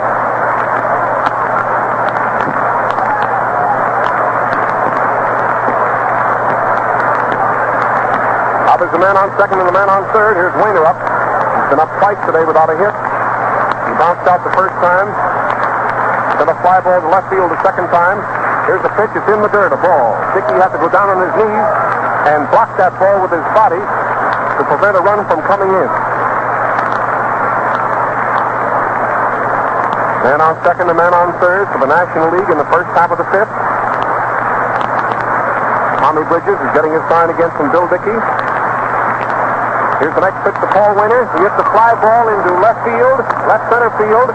Left fielder and the center fielder are both there, and the left fielder West caught it. Here's Hartnett scoring, and the score now is 5-2.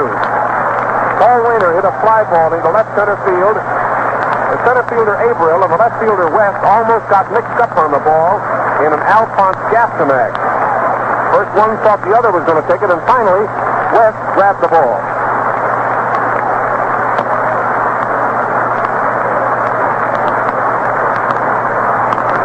Here's Billy Herman coming up with a man on second. One run in. The score is 5-2 in favor of the American League. Two gone in the fifth inning. Herman has been up twice, has made one hit. Here's the pitch. It's a curve over the outside corner, waist high for a called strike. Tommy takes his glove off, looks back around the infield and the outfield to see that everybody's in place. Gehrig at first, Gehringer at second, Colin short, Rolf third. DiMaggio in right field, Averill in center field, West in left field. Bridges pitching and Dickey catching. Two out on the man on second. Herman hits the line drive, with Rolf knocked down, picked up, going to be a close play at first base. He is safe. I believe it will be called a hit. It was a line drive, which Ross leaped for. They're calling it an error for Ross. They call it an error for Ross. They say that Ross should have held it, and he gets an error. It puts a man on first and a man on third for the National League, and it brings up Archie Vaughan. A hard hit ball, about a foot or two over Roth's head. He leaped up and had the ball in his hand and got away from him, went behind him, and the official scorer charges Roth with an error. So puts Billy Herman on first, Bell out on third, and brings up Archie Vaughan. Been up twice, has made one hit. Fastball, a little bit too close at the knee, ball one. The score is the American League 5 and the National League 2. National League gets out in the first half of the fifth. Tommy Bridges, the right-hander, on the mound. Archie Vaughan is up at the plate. He's ready. There's a high foul over to the right. Gehrig is getting over under it outside of first base, about 20 feet from the bag, and has it retiring the side. Archie Vaughan hit a high foul just outside of first base, about 15 or 20 feet. It was caught by Gehrig, and it retired the side. Two men are left on the bases. That's the end of the first half of the fifth inning, and here's Tony Wakeman to tell you just what happened. As we go into the last half of the fifth inning, the ball game stands the American Leaguers 5 and the National Leaguers 2. Quite a bit of action in that particular inning. Hartnett singled out to center. Bartell flied to West and left. And then Mellott went in as a pinch hitter for Cy Blanton. He doubled down the first base line. Hartnett pulling up at third. Paul Wainer came up and flied to center. Hartnett scoring after the catch. Grissom is now pitching for the National Leaguers, just going out the mound. And then Herman followed Paul Wainer. He drove to Roth, who dropped the ball. Hart moving down to third. And then Archie Vaughan sent a high foul down the first base line to Lou Gehrig and retiring the side. We're going into the last half of the fifth inning. Okay, Bob. Well, here's Lou Grissom of Cincinnati, one of the few first-year men to make an all-star team. DiMaggio did it last year, but they don't do it very often, and won't do it very often in the future. Grissom, a left-hander who has a fine record this year for Cincinnati. All left-handers on the mound now. Replaced Blanton, who was taken out for a pinch hitter. And we're starting the last half of the fifth inning with the score 5-2 in favor of the American League. Gehrig is going to be the first man up. Gehrig has been up twice. In his case, we saw each extreme. The first time, he struck out. The second time, he hit a home run. Now we're starting the last half of the fifth inning. There's a change in the umpires now. The National League goes behind the plate. Umpire Barr is going back at the plate. McGowan, who's been behind the plate, is going down to third. Dave Pinelli is over at second, and Quinn goes to first. For the balance of the ball game, the National League umpire will be behind the plate. Here's the first pitch to Gehrig. It's a strike right around his knee. Grissom is pitching, a left-hander. Last time up, Gehrig blasted a home run drive way over the right field fence. Nobody on and nobody out in the last half of the fifth inning. The American League ahead 5-2. Here's the next pitch. He swung that time at a fastball around his knees. He tried to stop, but the umpire says it was a strike anyway. Gehrig tried to stop his swing, but the umpire said regardless of whether or not he went more than halfway around, the pitch was a strike. So it's 2 strikes now on Gehrig. With Grissom getting all set again, here's the next pitch. A little bit too low. Keeping him in low and outside for Gehrig, and that pitch was a little bit too low, and it's a ball. Next man to come up will be Averill, and then Coleman. The American League is ahead 5-2.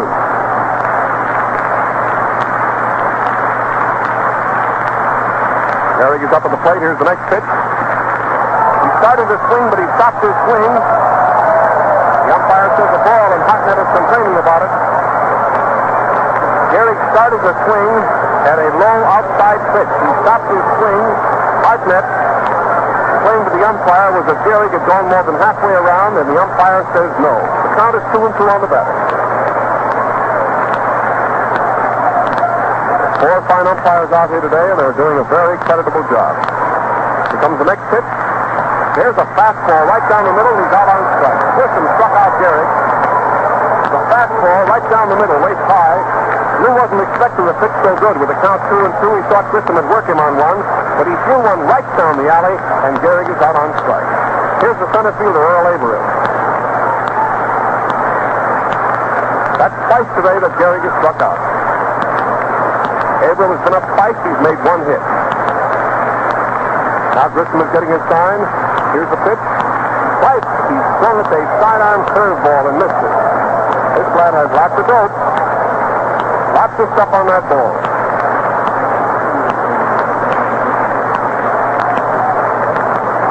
Grissom wipes his pitching hand across the front of his uniform. He's wearing a gray Cincinnati uniform with a black cap and a bright red peak. Red stockings. Next pitch, guy, fastball that time right down the middle, and how Averill swung. He swung from his heels that time and missed it. Grissom is showing the fans out here an awful lot of pitching in his debut in an all-star game.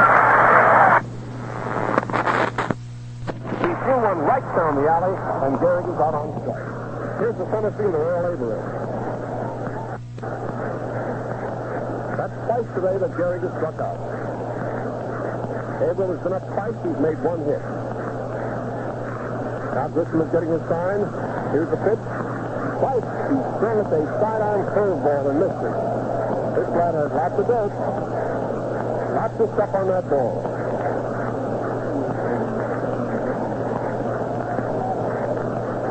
Grissom wipes his pitching hand across the front of his uniform. He's wearing a gray Cincinnati uniform with a black cap and a bright red suit. Red stockings.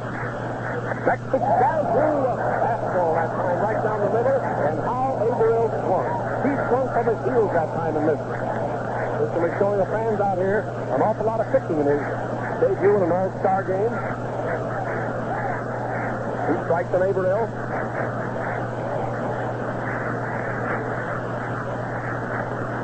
Getting all set out there again. Here's the next pitch. Strike 3. Struck him out. He swung at a curveball around his knees and struck out. That's 2 gone.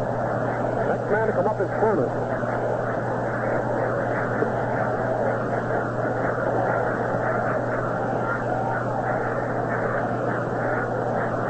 His record this year, he's won 7 games and lost 6. Grissom with Cincinnati. Here's Coleman up at the plate with 2 out and nobody on the bases. The first pitch is too low, inside a ball. Ball 1. Nobody on and 2 gone. There's 2 strikeouts this inning for Grissom.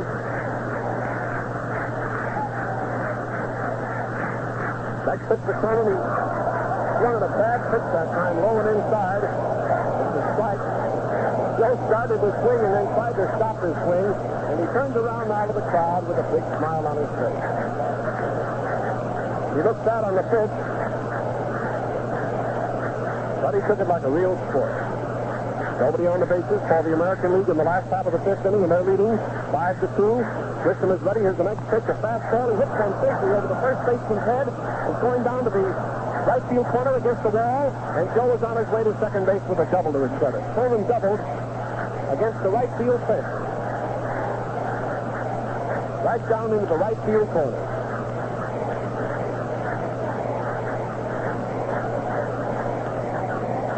That is hit number 9 for the American League.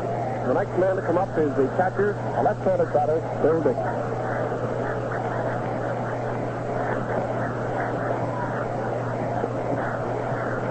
Grissom takes a lot of time out there getting ready. Joe Coleman on second base. Bill Dickey's record so far today, he has a hit and a walk. Now Grissom is ready to pitch to him. First pitch Dickey took, it was inside, waist high, a little bit too close, and it's a ball. Standing on second base, the American League ahead 5-2 in their batting in the last half of the fifth. Grissom is pitching to Dickey. Here's the next pitch. He slams a fly ball way out into right center field. It's going to drop for a hit. It goes back against the fence. Bendery is picking it up. He's coming around second. He's on his way to third. The relay may hit him. He goes back to second now. When the relay started to come in fast, Dickey went back to second. It was a double into right center field by Bill Dickey. Scores another run for the American League and makes the score 6-2 in their favor. Now the next man to come up is the left fielder, Sam West.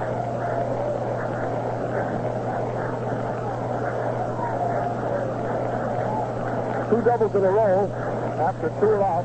He struck out Gehrig, and he struck out Averill. Stolen doubles and Dickey doubles. And now the left fielder Sam West is up with a man on second and 2 gone. Here's the pitch. Fast one right up around his neck. He swung hard and missed. American League leading 6-2. Here's the next pitch. It's low outside. There's a throw to second. He's back safely. Bartell putting the ball on the runner with certain of the bag, and then the ball rolled out of his glove, but the man was safe anyway. Arquette through the second, trying to pick Dickey off.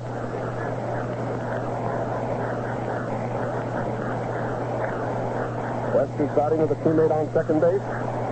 Grissom is getting his sign. Here's the next pitch. There's a pop up in the infield. It's caught by Vaughn, just about 5 feet inside the third baseline, just behind the bag. And it retires the side. A little pop-up right in the Vaughn's hand.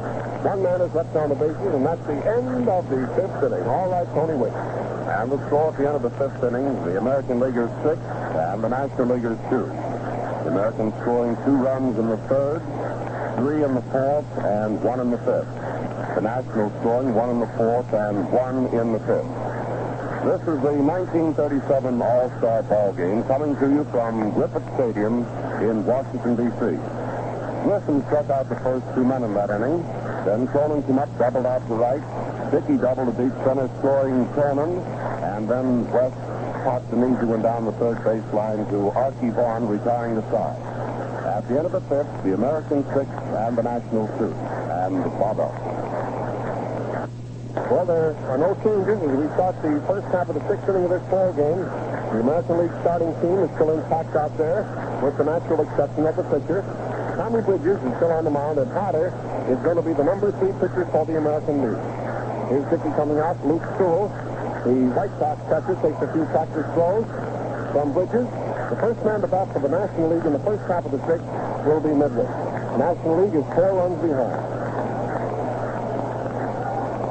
Medwick has been up twice. He has 1 hit, a double. Now he's facing Bridges. Nobody on and nobody out. Medwick swings and fouls the ball up into the net. 1 strike. The American League is leading in the 6th inning, 6-2. They've made 10 hits. The National League has made 5.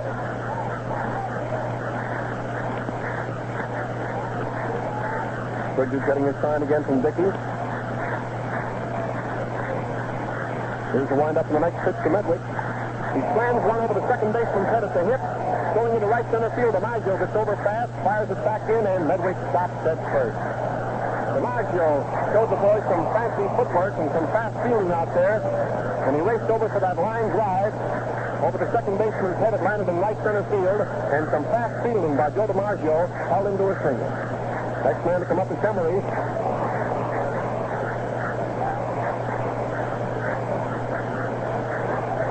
That's hit number 2 for Medwick.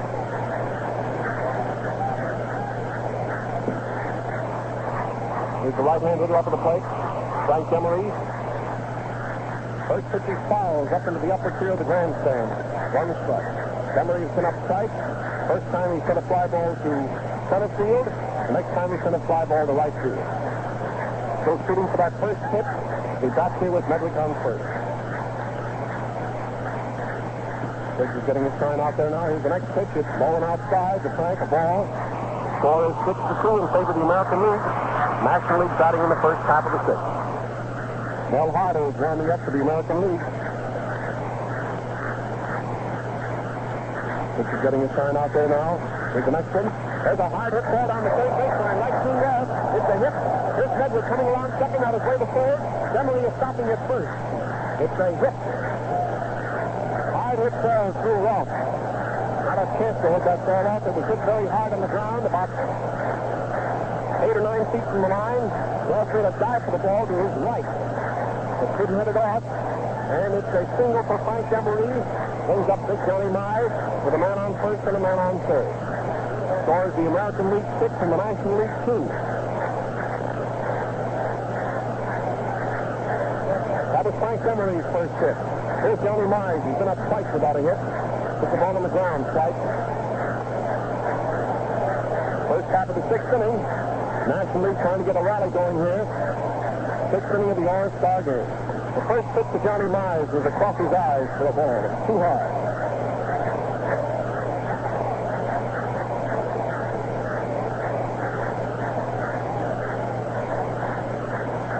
Left-hand hitter up at the plate. He swung that time and missed it. Right around his knees, and the count is ball 1 and strike 1 for Mize. Man on first. Man on third for the National League, and Johnny Mize is up at the plate. Bridges gets ready. There's a high fly into center field. The center fielder Averill is under it. Watching now when he catches it. Medwick will start for home. Here he comes. And Emery stays at first. No play at the plate. There was a high fly hit into center field to Averill, on which Medwick scored from third.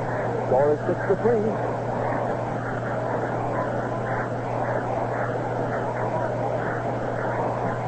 Here's Gabby up. He's been up twice and has made 1 hit. Gabby Hartnett up.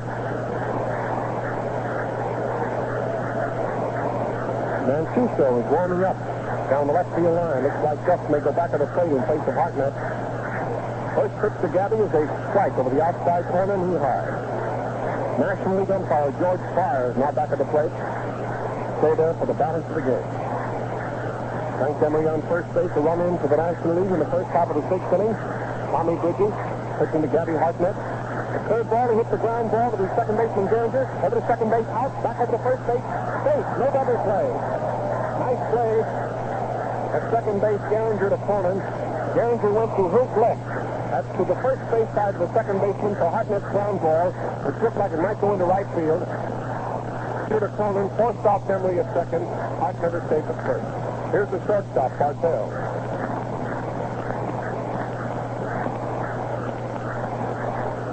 Bartell has been up twice without a hit. There's a runner going down.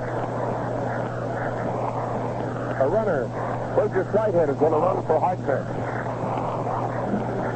Here's the announcement.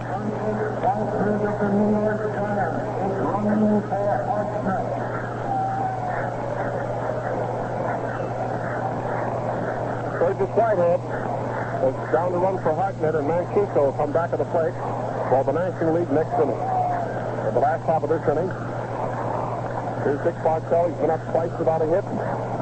Burgess Whitehead on first. He swung at the first pitch and missed it, a curveball that's low and right around his knee. Here's Gabby going into the dugout right below us.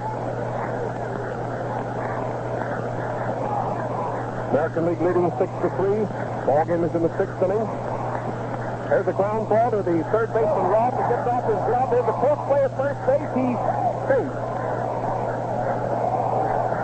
It's an error for Ross, the third baseman. A ground ball. He went to his left, had his hands on the ball and fumbled it. And now I believe we're going to get a batter. Grissom is going to be taken out for a pinch hitter. It was an error for Ross. The ball bounded after his glove into Cronin's hands. Cronin made the throw to first base and missed getting Bartell on a close play. It's an error for Ross. We're going to get a pinch hitter now for Grissom. Van Lingle-Mungo is warming up for the National League. Collins of the Chicago Cubs is going to bat for the pitcher. Rip Collins of the Chicago Cubs is going to bat for the pitcher. The score is 6-3. His old boss, Frankie Fish, is talking to Collins as he comes up. Here's the announcement.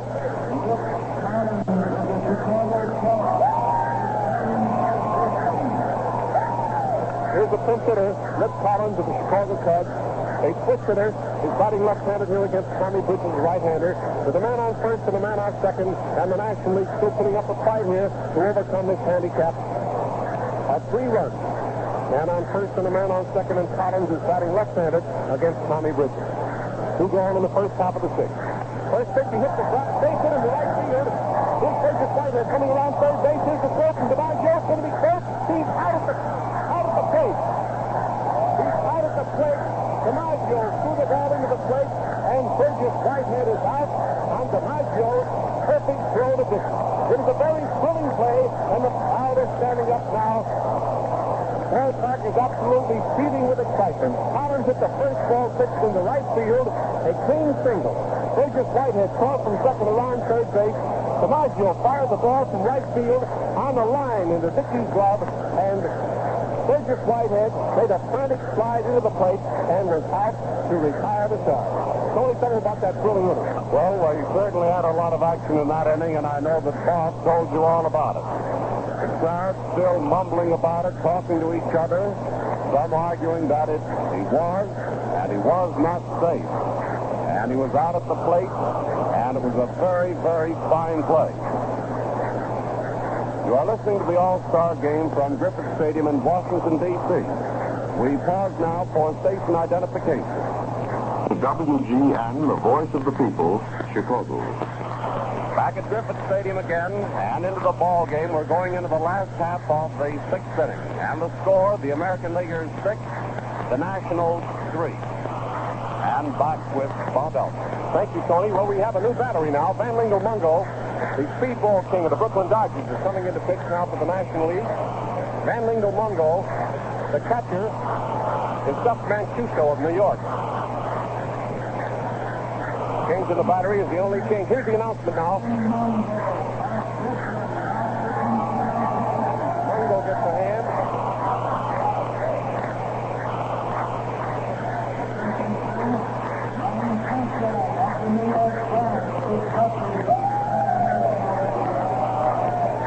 We're going to get a pinch hitter, too, for the American League. Fox.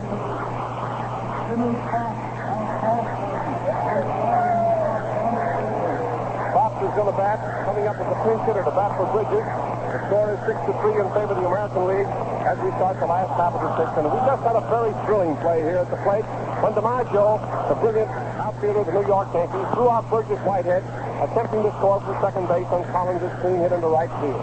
It retired the side and ended the first half of the 6th inning with a very thrilling play. He was close to the plate. The umpire called him out. Here's Jimmy Fox up now, right-handed batter. Mel Harder will be the next pitcher for the American League.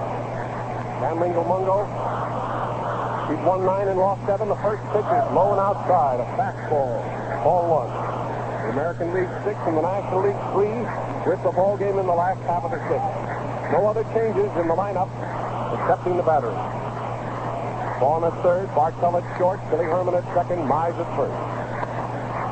Rip Collins of the Cubs came through with a nice hit. Fastball over the outside corner, knee-high to Fox at the called strike. Paul Wainers playing right field, Demery in center field, Medwick in left. The next pitcher for the American League will be Mel Harder. Mungo's getting ready. Here's the next pitch to Fox. There's a bounding ball at Mungo. He should be an easy out. Mungo to Mize. He's out for the first out. Fox batted for the pitcher, Tommy Bridges, and bounced to Mungo. Here's the leadoff man, Red Rolfe.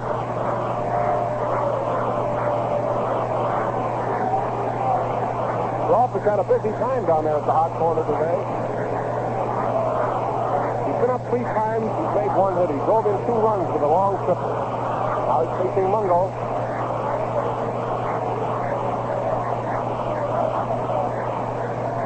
Now the windup in the first pitch. It's a fastball low and inside for the ball. Dutchman Schuchel, the fine little catcher of the New York Giants, is now behind the plate. There's a bright sun here. Very hot day. National League infielders talk it up out there, shouting words of encouragement to Mungo. Mungo wipes his pitching hand, his right hand across the front of his uniform. Fastball inside, a ball. Ball 2 for Rolfe, batting left-handed. Mungo has a gray uniform with bright green and white stockings and a bright green cap.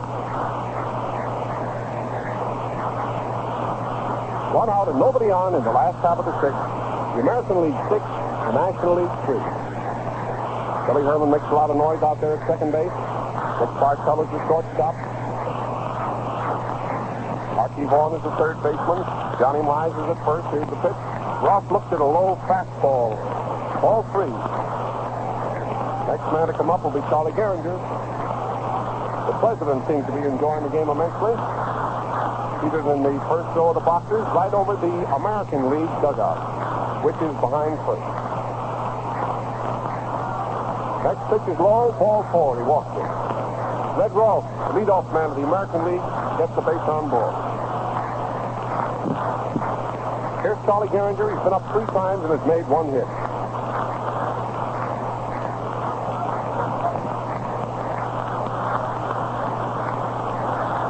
Charlie Gehringer up at the plate.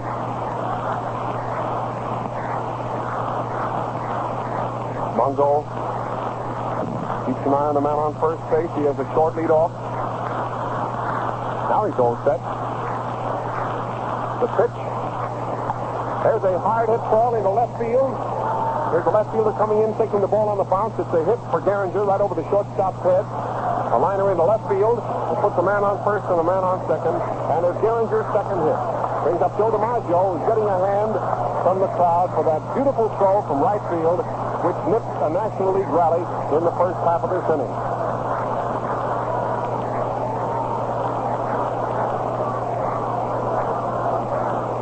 DiMaggio walked the first time. He singled the second time. He struck out the third time. He was struck out by Blanton. Now Rolfe is on second. Gehringer is on first. Here's the pitch. It's right over the plate, waist high for a called strike. Vanlingo Mungo is pitching. Mungo picks up the rosin bag and dries his hands carefully. Score is 6-3 in favor of the American League. Pitcher takes his time out there again. He gets all ready. Here's the next pitch. He swung that time at a sharp breaking curve and missed it. And it's 2 strikes on Joe DiMaggio. A lot of dope on that one. Over the outside corner, knee high. And DiMaggio took a wicked swing and miss. Mungo pulls that green cap of his firmly down on his head. Takes his position out there on the rubber. Man on first, a man on second for the American League. 1 out pitch. Strike 3. Struck him out. Fastball over the outside corner, shoulder high. DiMaggio struck out for the second time. Brings up Gehrig. Gehrig struck out the first time, hit a home run the second time, and struck out the third time.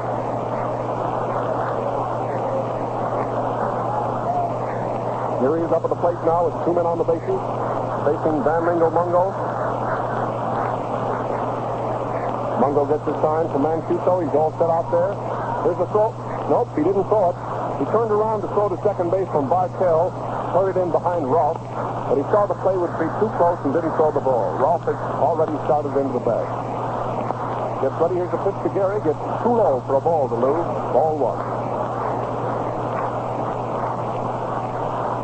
Bungle goes back and fingers the Rosenbag and dries his hands.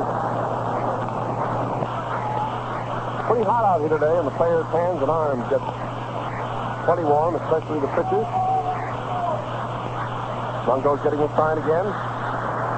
Man on first and a man on second. He's ready. Here's the pitch. There's a fly ball way out of the left center field. Emery's going back. I don't think he can get it. Back, and hits the fence. In left center field, one runner scoring, two runs are scoring. Here's Gehrig trying for third. Here's the throw. It's going to be close. He's out of third. Gehrig tried to go all the way to third base and was out.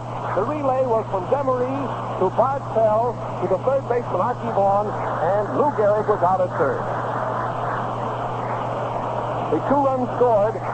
Lou Gehrig hit a long fly ball way out into left center field for 2 bases, driving in 2 more runs, and trying to stretch it into a triple. He was out on a perfect relay from Demery way out into the left center field corner to Vaughan in short center field, to the shortstop Bartell, and then to Vaughan, and he was out on a very, very close play. It was awfully close here at third base, and he was called out to retire the side. All right, Tony.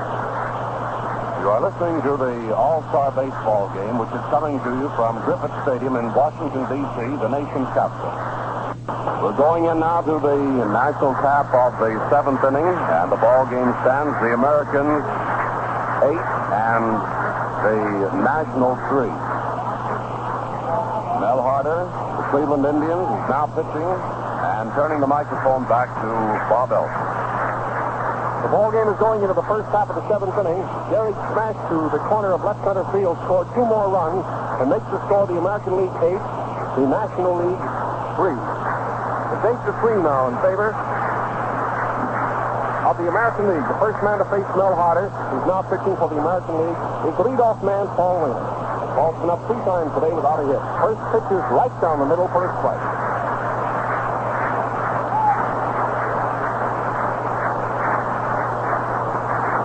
Tuck it up out there in the infield.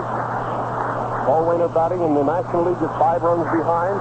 Here's the next pitch. It's a bounding ball over the pitcher's head. Gehringer's back behind second base. It's going to be close. He's out. Gehringer to Gehrig. Fast play. A bounding ball over the pitcher's head. Gehringer went behind second base, grabbed the ball, and with the same motion, fired it over to first base and got his man, Gehringer to Gehrig. Here's Billy Herman.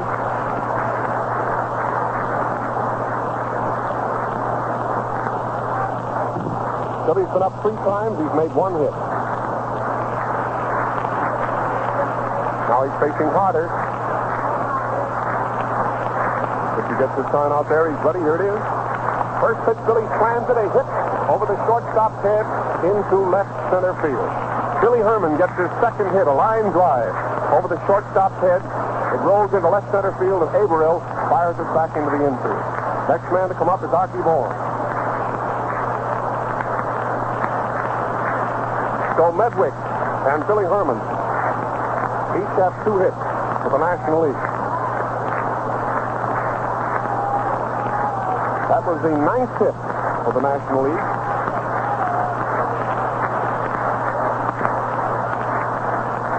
Archie Vaughan looked at a fastball outside, knee-high for a ball. Next man to come up will be Medwick, the man on first. Score is 8-3 in favor of the American League. He throws to first base, but Billy Herman is back on the bag in a hurry.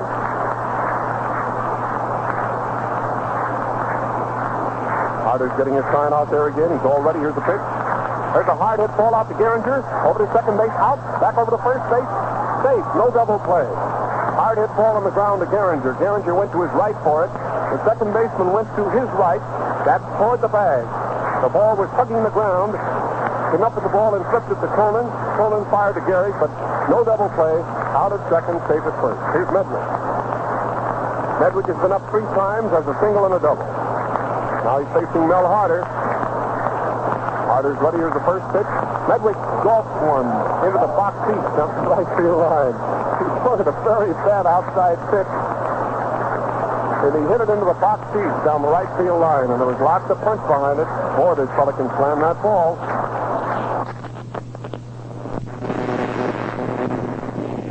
For a ball. Next man to come up will be Medwick, the man on first. Score is 8-3 in favor of the American League. He throws to first base, but Billy Herman is back on the bag in a hurry.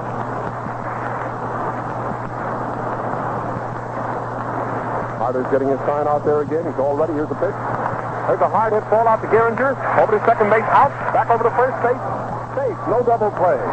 Hard hit ball on the ground to Gehringer. Gehringer went to his right for it. The second baseman went to his right. That's toward the bag. The ball was hugging the ground. Came up with the ball and flipped it to Cronin. Cronin fired to Gehrig, but no double play. Out at second, safe at first. Here's Medwick. Medwick has been up 3 times as a single and a double. Now he's facing Mel Harder. Harder's ready. Here's the first pitch. Medwick golfed one into the box seat down the right field line. He swung at a very bad outside pitch. And he hit it into the box seat down the right field line, and there was lots of punch behind it. Boy, this fella can slam that ball. He's hitting over 400 for the St. Louis Cardinals. 404. Harder's getting ready to pitch again to Medwick. Medwick hits the bounding ball. He hits down the first base line. All pitchers look alike to him. He's on his way to second base. Here's the throw from DiMaggio, and Vaughn comes around to third. It was a double by Medwick. His third hit gives him 2 doubles and a single. With a man on second and a man on third, and the next man to come up is Demery. That was a ground ball between Gehrig and the line. Gehrig made a dive at the ball in a frantic effort to head it off, but it eluded him and went down the right field line until DiMaggio got a hold of the ball and fired it back into the infield. Vaughn comes around to third, and Medwick pulls up at second base with another double. Here's Frank Demery. He's been up 3 times and has made 1 hit.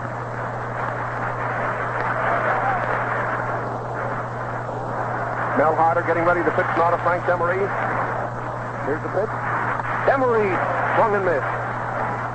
Pitch right around his shoulder. Medwick on second and Archie Vaughn on third. Here comes the next pitch. Demery hits a bounding ball out to the shortstop. Cronin has it over to first base. He's out, retiring the side. He hit a bounding ball to Cronin, and Cronin threw him out, and 2 men were left on the base. All right, Tony Wakeman. As we go into the last half of the 7th inning, the ball game stands. The American Leaguers 8 and the Nationals 3. And now just about 35,000 people standing to take a little stretch as we go into the last half of the 7th inning. In the Nats half, Paul Wainer was out, Gehringer to Gehrig. And Herman singled over second. Archie Vaughn fourth, Herman at second. Medwick doubled down the first baseline. Archie Vaughn pulling up at third. And then Demery was out, Cronin to Gehrig. I'd like to remind you at this time that this evening, over this same network, at 6:30 o'clock Eastern Standard Time, Bob Elson and yours truly will be on the air with Bob Considine, the well-known columnist. Then we have, let's see, Bucky Newsom's going to be on, Al Shack, Grantland Rice, and several other well-known celebrities, and we ask that you listen in. The boys, I know, will give you a little information on the inside of the game and just what happened out here this afternoon. Now we're going into the last half of the 7th, and Bob Elson. First man to bat for the American League in the last half of the 7th inning is the brilliant center fielder of the Cleveland Indians, Earl Averett. Here he is up at the plate, a left-handed batter. Nobody on and nobody out as we start the last half of the 7th. Mungo is pitching. The first pitch was very high and inside to Earl for a ball. Nobody on and nobody out. The American League has a 5-run lead.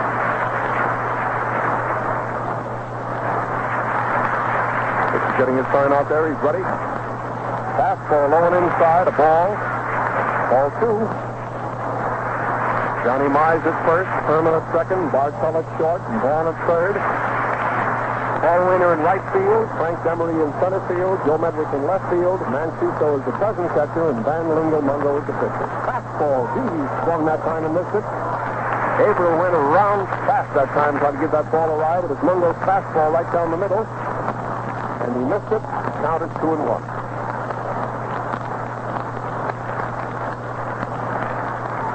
Van is getting his sign. Here's the next pitch. Fastball, it's too high, makes it ball 3.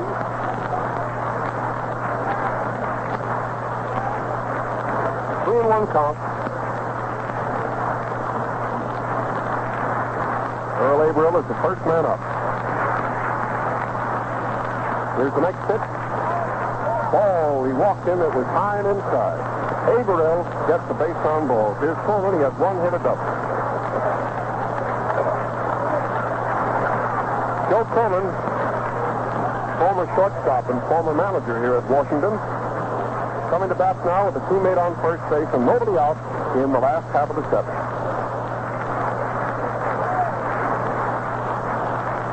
This is getting his sign. Here it is. There's a line drive to Bartell. Over to first base, it's a double play. He had a low line drive at Bartell. Bartell went to his right and made a dive for the ball. It was going to hit the ground. He made a dive for the ball to be sure to get it before it hit the ground to retire the batter. Then got up on one knee and threw the ball over to first base in time to double Averill for the second out. He's on.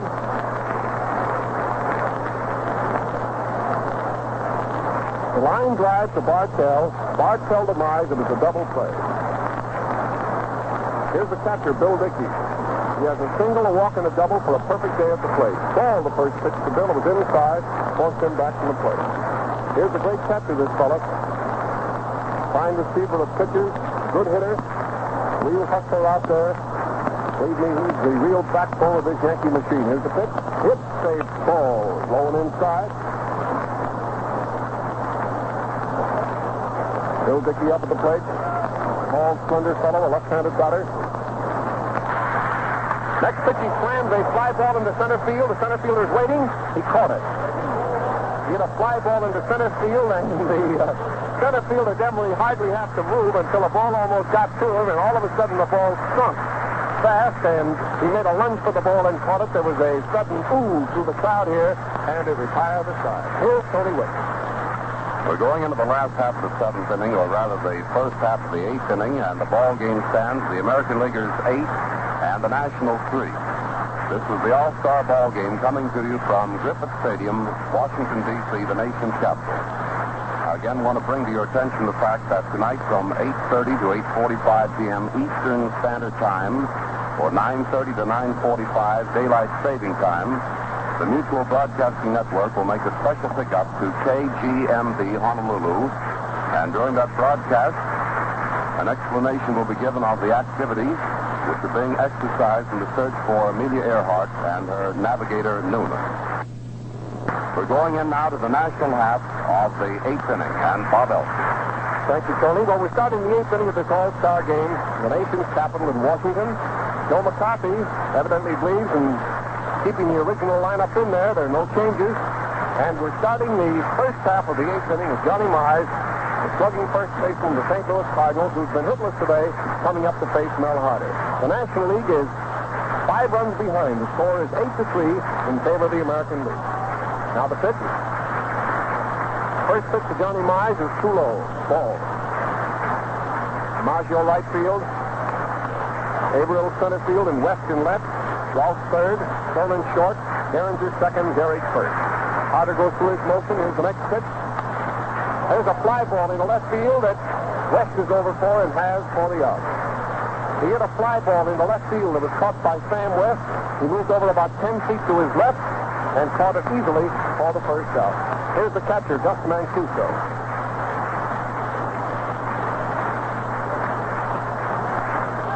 Johnny Mize is the first out in the eighth. Mel Harder takes a look back around the infield now to see if everybody's in place. Shortstop Cronin motions to Sammy West to move over a little bit more to his right. That is toward the third baseline for Mancuso. Now he's all set.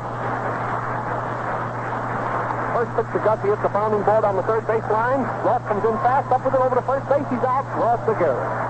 The pitcher tried to head the ball off, but couldn't get it. Red Ross came in fast and grabbed the ball and threw him out on the fast play. Ross to Gehrig. He's gone.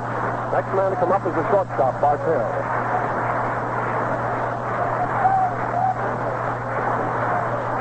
Bartell has been up 3 times without a hit. Here he is up at the plate now. Nobody on. 2 gone. First half of the eighth inning. Robert Moses Grove is warming up in the bullpen in right field for the American League. There's a pop-up over the pitcher's head. It bounces out close to second base. Cronin fumbles the ball and it's safe at first. I believe it'll be an error for Cronin. slow roller. They're calling it a hit. There was a little pop over the pitcher's head. Caught the ball on the handle of his bat and went over the pitcher's head and dropped on the grass. Coleman came in fast for the ball and overran it. He had his glove on the ball but couldn't pick it up. He overran it, but the official score gives Dick Bartell a hit on it. It's the man on first, and now I believe we're going to get a pinch hitter for the pitcher, Mungo. Here's a batter coming out.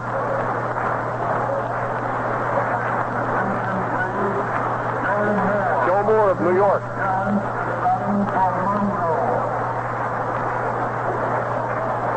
Joe Moore of the New York Giants is coming up to bat for Van Lingo Mungo.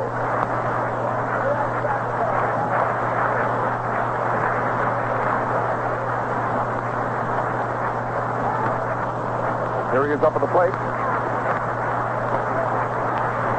Left-handed batter. The man on first. Here's the pitch. There's a high-bounding ball out to the shortstop. Coleman gets it, steps on second base, and forces Bartell and retires the side. A high-bounding ball to Coleman over near second. He grabbed the ball, ran over and stepped on second base, and forced Bartell to retire the side. All right, Tony. Going into the last half of the eighth inning, the ball game stands. The American Leaguers 8 and the Nationals 3. We're going into the last half of the eighth inning. The American half of the eighth. Score, the National Leaguers 3 and the Americans 8. And back with Bob Elson. We're going to have a new pitcher now, fans. Bucky Walters, the tall right-hander of the Phillies. Mighty fine pitcher coming into hurl now for the National League. Van Mungo was taken out to allow Joe Moore to bat for him. And starting the last half of the eighth inning, no other change. First man to bat will be the American League's left fielder, Sammy West.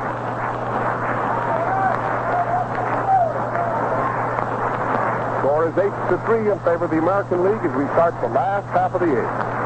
The 5th annual All-Star Game in Washington, D.C.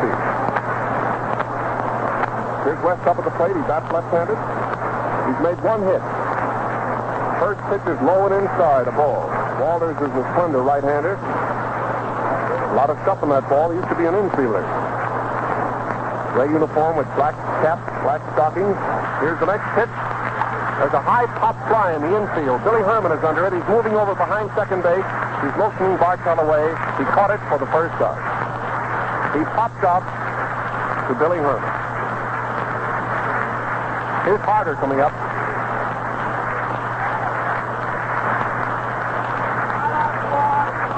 Mel Harder stepping around behind the umpire, around to the left side. He bats right-handed. Mel Harder batting. Here's the first pitch. He fouls it right back into the wire for a foul strike. Nobody on and one gone. New ball is thrown down to third baseman Archie Vaughn and returns it to Walters. Next man to come up will be the leadoff man, Red Rolfe. Here's the next pitch. It's a fastball low and outside for a ball. Walters steps off the rubber. Back onto the pitching rubber again. He's all ready now. A wind up in the next pitch. There's a bounding ball between first and second. Billy Herman is coming over very fast. Up with the ball over to first base, and he's out. Herman to Mize. It was a slow rolling ball to Johnny Mize's right. Mize stayed at the bag, and Billy Herman, the second baseman, hustled over, grabbed the ball, and threw him out. Baseball management would appreciate it if all playing down the game will remain in their seats until the President of the United States has left the park. They're asking all the fans to stay seated until the President has left the ballpark. Here's Rolfe up, and the first pitch is low and inside. A ball. Ball one. Here comes the next pitch now. There's a slow one outside of the shoulder. A ball makes it ball two. President seated over there behind the American League dugout. First row of the boxes. Guys on a gray suit, no vest. Looks like a solid colored dark blue tie and a white shirt. There's a hard hit ball over the shortstop's head. It's a safe hit into left field. Rolfe gets a hit over the left side of the infield. A sharply hit line drive over Bartell's head. Medley gets it back into the infield. Here's Gehringer. That gives Rolfe a single, a triple, and a walk. Good day for Red. Here's Charlie Geringer. He lined out the first time, rolled out the second time, singled the third time, singled the fourth time. He's up now for the fifth time with 2 gone. He hits a Texas leaguer into center field. It's another hit for Geringer. And here's Ross coming around to third base. It's a man on first and a man on third. It was a hit for Geringer, his third hit. In the center field, a Texas leaguer.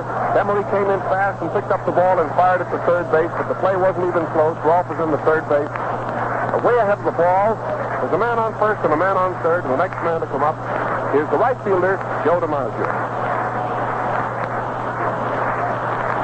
That's hit number 3 for Geringer. He and Medwick are the only players in the game to make 3 hits. Here's Joe DiMaggio. He walked the first time, singled the second time, struck out the third time, struck out the fourth time. Now he's up with a teammate on first and a teammate on third. Bucky Walters is getting his sign. Man on first and a man on third. He's getting all set now. Here's the pitch.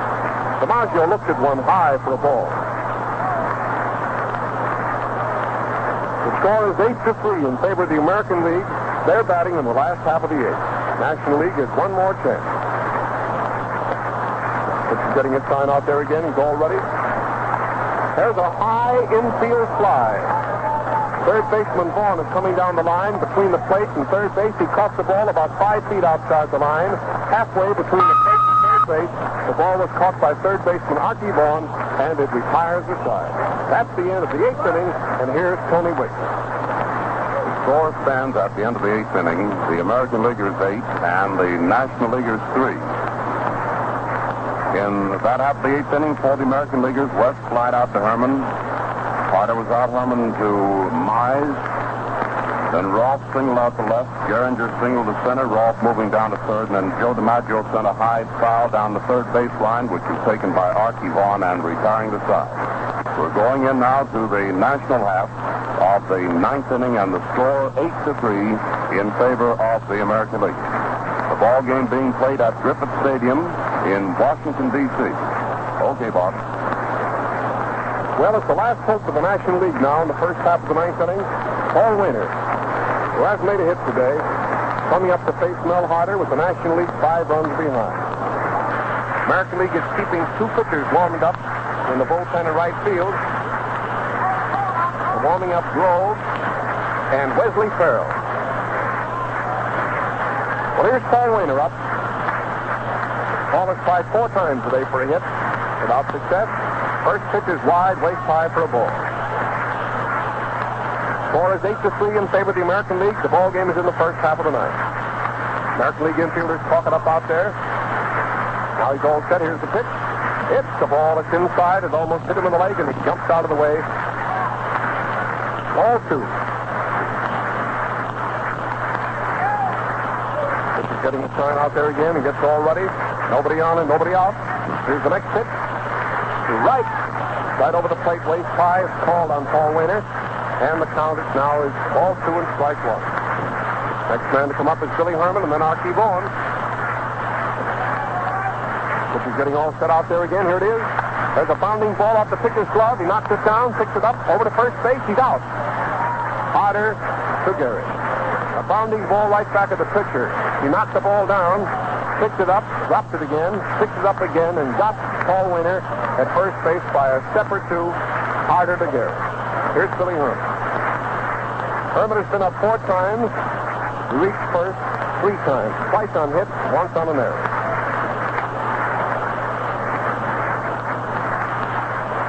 Billy Herman is facing Mel Harder. Here's the pitch. There's a roller foul to the left of the plate. 1 strike. Billy steps out of the batter's box now to the left. Gets a lot of dirt on his hands and gets back up in there again. Billy Herman is batting. 1 out. First half of the 9th inning. This is getting all set again. Here's the next one. It's a ball. It's over his head. And the count is 1-1 on the batter. The American League has used 3 pitchers in the game today. Gomez, Bridges, and Harder. Pitch is low and inside to Billy Herman for a ball. Makes it ball 2 and strike 1. The National League has used 6 pitchers. The American League 3.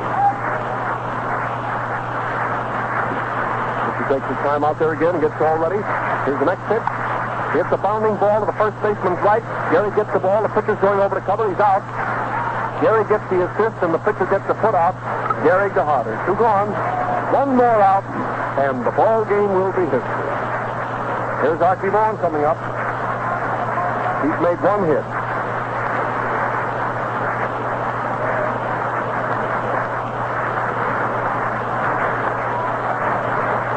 Archie Vaughn is up at the plate. 2 out and nobody on the bases. The ball game is in the first half of the 9th. First pitch to Vaughn is a fastball inside above the waist. The ball. Ball 1. Pitcher takes his time out there again and gets all ready. Here comes the next pitch. There's a hit out over second base in the center field for Archie Vaughn. He dropped a low pitch that time, right out over the pitcher's head into center field. Next man to come up is Medwick. He has a single and 2 doubles.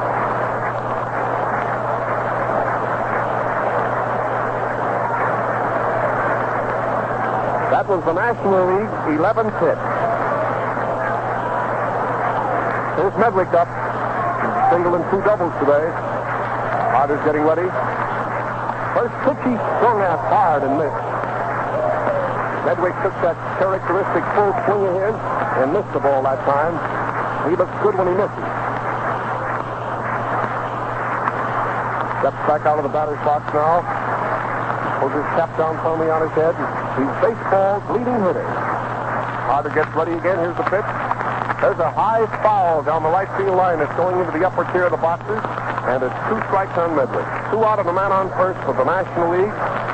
Ball game is in the 9th inning, and the American League is ahead 8-3.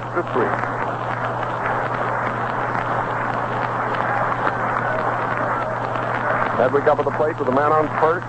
2 gone. Archie Vaughn and Gehrig are kidding each other down there at first base. The both boys are all smiles. Harder's getting ready to pitch again to Medwick. Over his head for a ball. Very high to Joe. Ball 1 and strike 2. That's right-handed. Runner on first base has a short lead again. Now the pitcher gets ready. Harder's all set. Here's the next pitch to Medwick. He hits a foul up over the roof off there to the right. You'll probably hear the crack of that bat against the ball in your radio. The umpire is going to clean off the plate. Well, it's been a glorious day for the game today. It's been staged without a hitch. Fine plays, both sides, nice solid hitting, good pitching. Mel Harder's getting ready again. Here's the pitch. Medwick slams 1 into right center field. It's another hit for Medwick, his 4th hit. Here's Vaughn coming around to third base, and Medwick gets his 4th hit. A line drive over the second baseman's head into right center field. As he went around first base, Gehrig knew he could only get a single on it, and Gehrig grabbed him safely around the head. That's hit number 4 for Medwick, and he's the hitting star of the game. 4 hits for Joe. Next man to come up is Demery. Medwick had 2 singles and 2 doubles. That was the liner. Right over Charlie Gehringer's head into right center field. Man on first and a man on third. Long went around to third. Here's Frank Demery up. He's had 1 hit. First pitch to Frank is right down the middle, right in the groove for a strike. American League ahead, 8-3. 2 out here in the first half of the 9th inning. Medwick on first and Vaughn on third. Next pitch to Demery, foul. Up over the roof. Another new ball is tossed out to Mel Harder.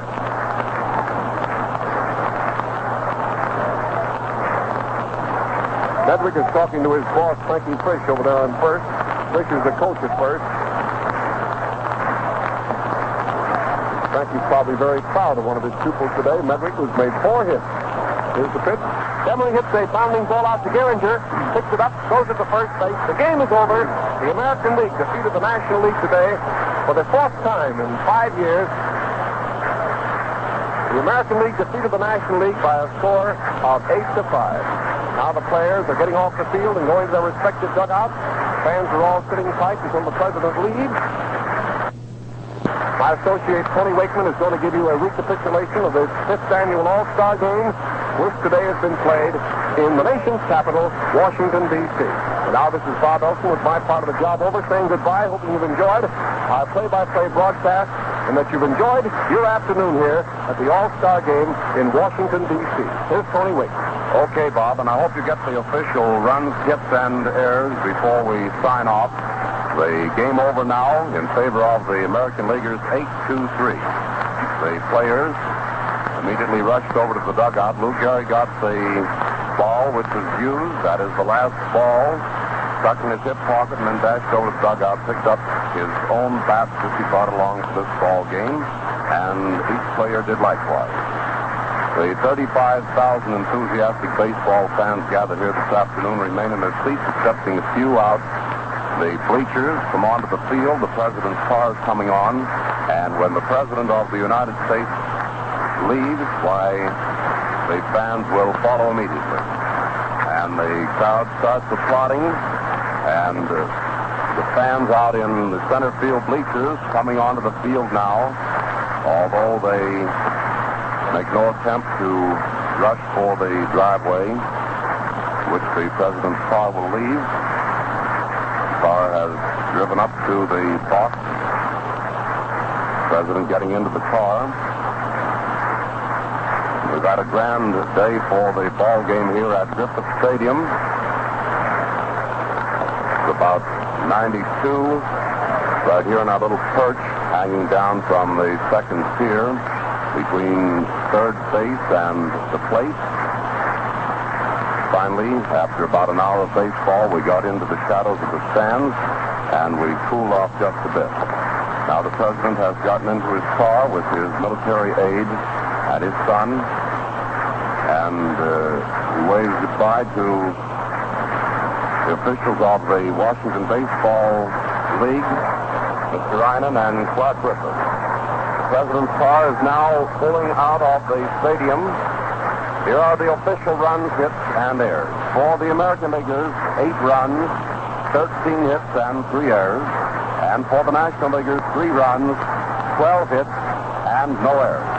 Now the president's car pulling out of the driveway, and then a drive of about 15 or 20 minutes to the White House. And the crowd immediately swarms onto the field. Some going over into the 2 dugouts, others for that little box where the bat boy keeps the balls, you know. Somebody hoping all the time that a ball will be left. But unfortunately this afternoon, the bat boy did not forget to empty the box before leaving the plot. 35,000 fans now leaving the stadium through one driveway, following the president's car. And then Washington will be crowded tonight. Play-by-play announcer on this ball game who gave you a grand description of it, Bob Elson, also handled the World Series, did a splendid job. It was grand working with him and meeting him again, and we hope that we'll be able to bring you more ball games played in the future. We again want to repeat that tonight from 8:30 to 8:45 p.m. Eastern Standard Time, or 9:30 to 9:45 Daylight Saving Time, the Mutual Broadcasting Network will make a special pickup to KGMB Honolulu, during which they will give an explanation of the activities to date which are being exercised in the search for Amelia Earhart and her navigator, Noonan. The 1937 All-Star Ball Game came to you from Griffith Stadium in Washington, D.C. And I again would like to remind you that tonight over this same network at 6:30 o'clock, Grant Rice, Bob Elson, yours truly, Buck Newsom of the Boston Sox, Al Shack, who cut capers here before the president, and the fans witnessing the All-Star Game will be on the air. And also Bob Considine, You've read his column, On the Line with Considine, will discuss today's baseball game and everything in general. This is Tony Wakeman speaking, Bob Elson of WGN in Chicago, bidding you all good afternoon. This is the coast-to-coast network of the Mutual Broadcasting System. This is WGN, the voice of the people, Chicago. Due to the All-Star Game broadcast, there was no old gold sponsorship of baseball on WGN this afternoon. But they'll be back with you again Friday when the Chicago White Sox play the St. Louis Browns at Comiskey Park. Listen in for the old gold baseball broadcast Friday. Don't say Fox, say Fox Deluxe.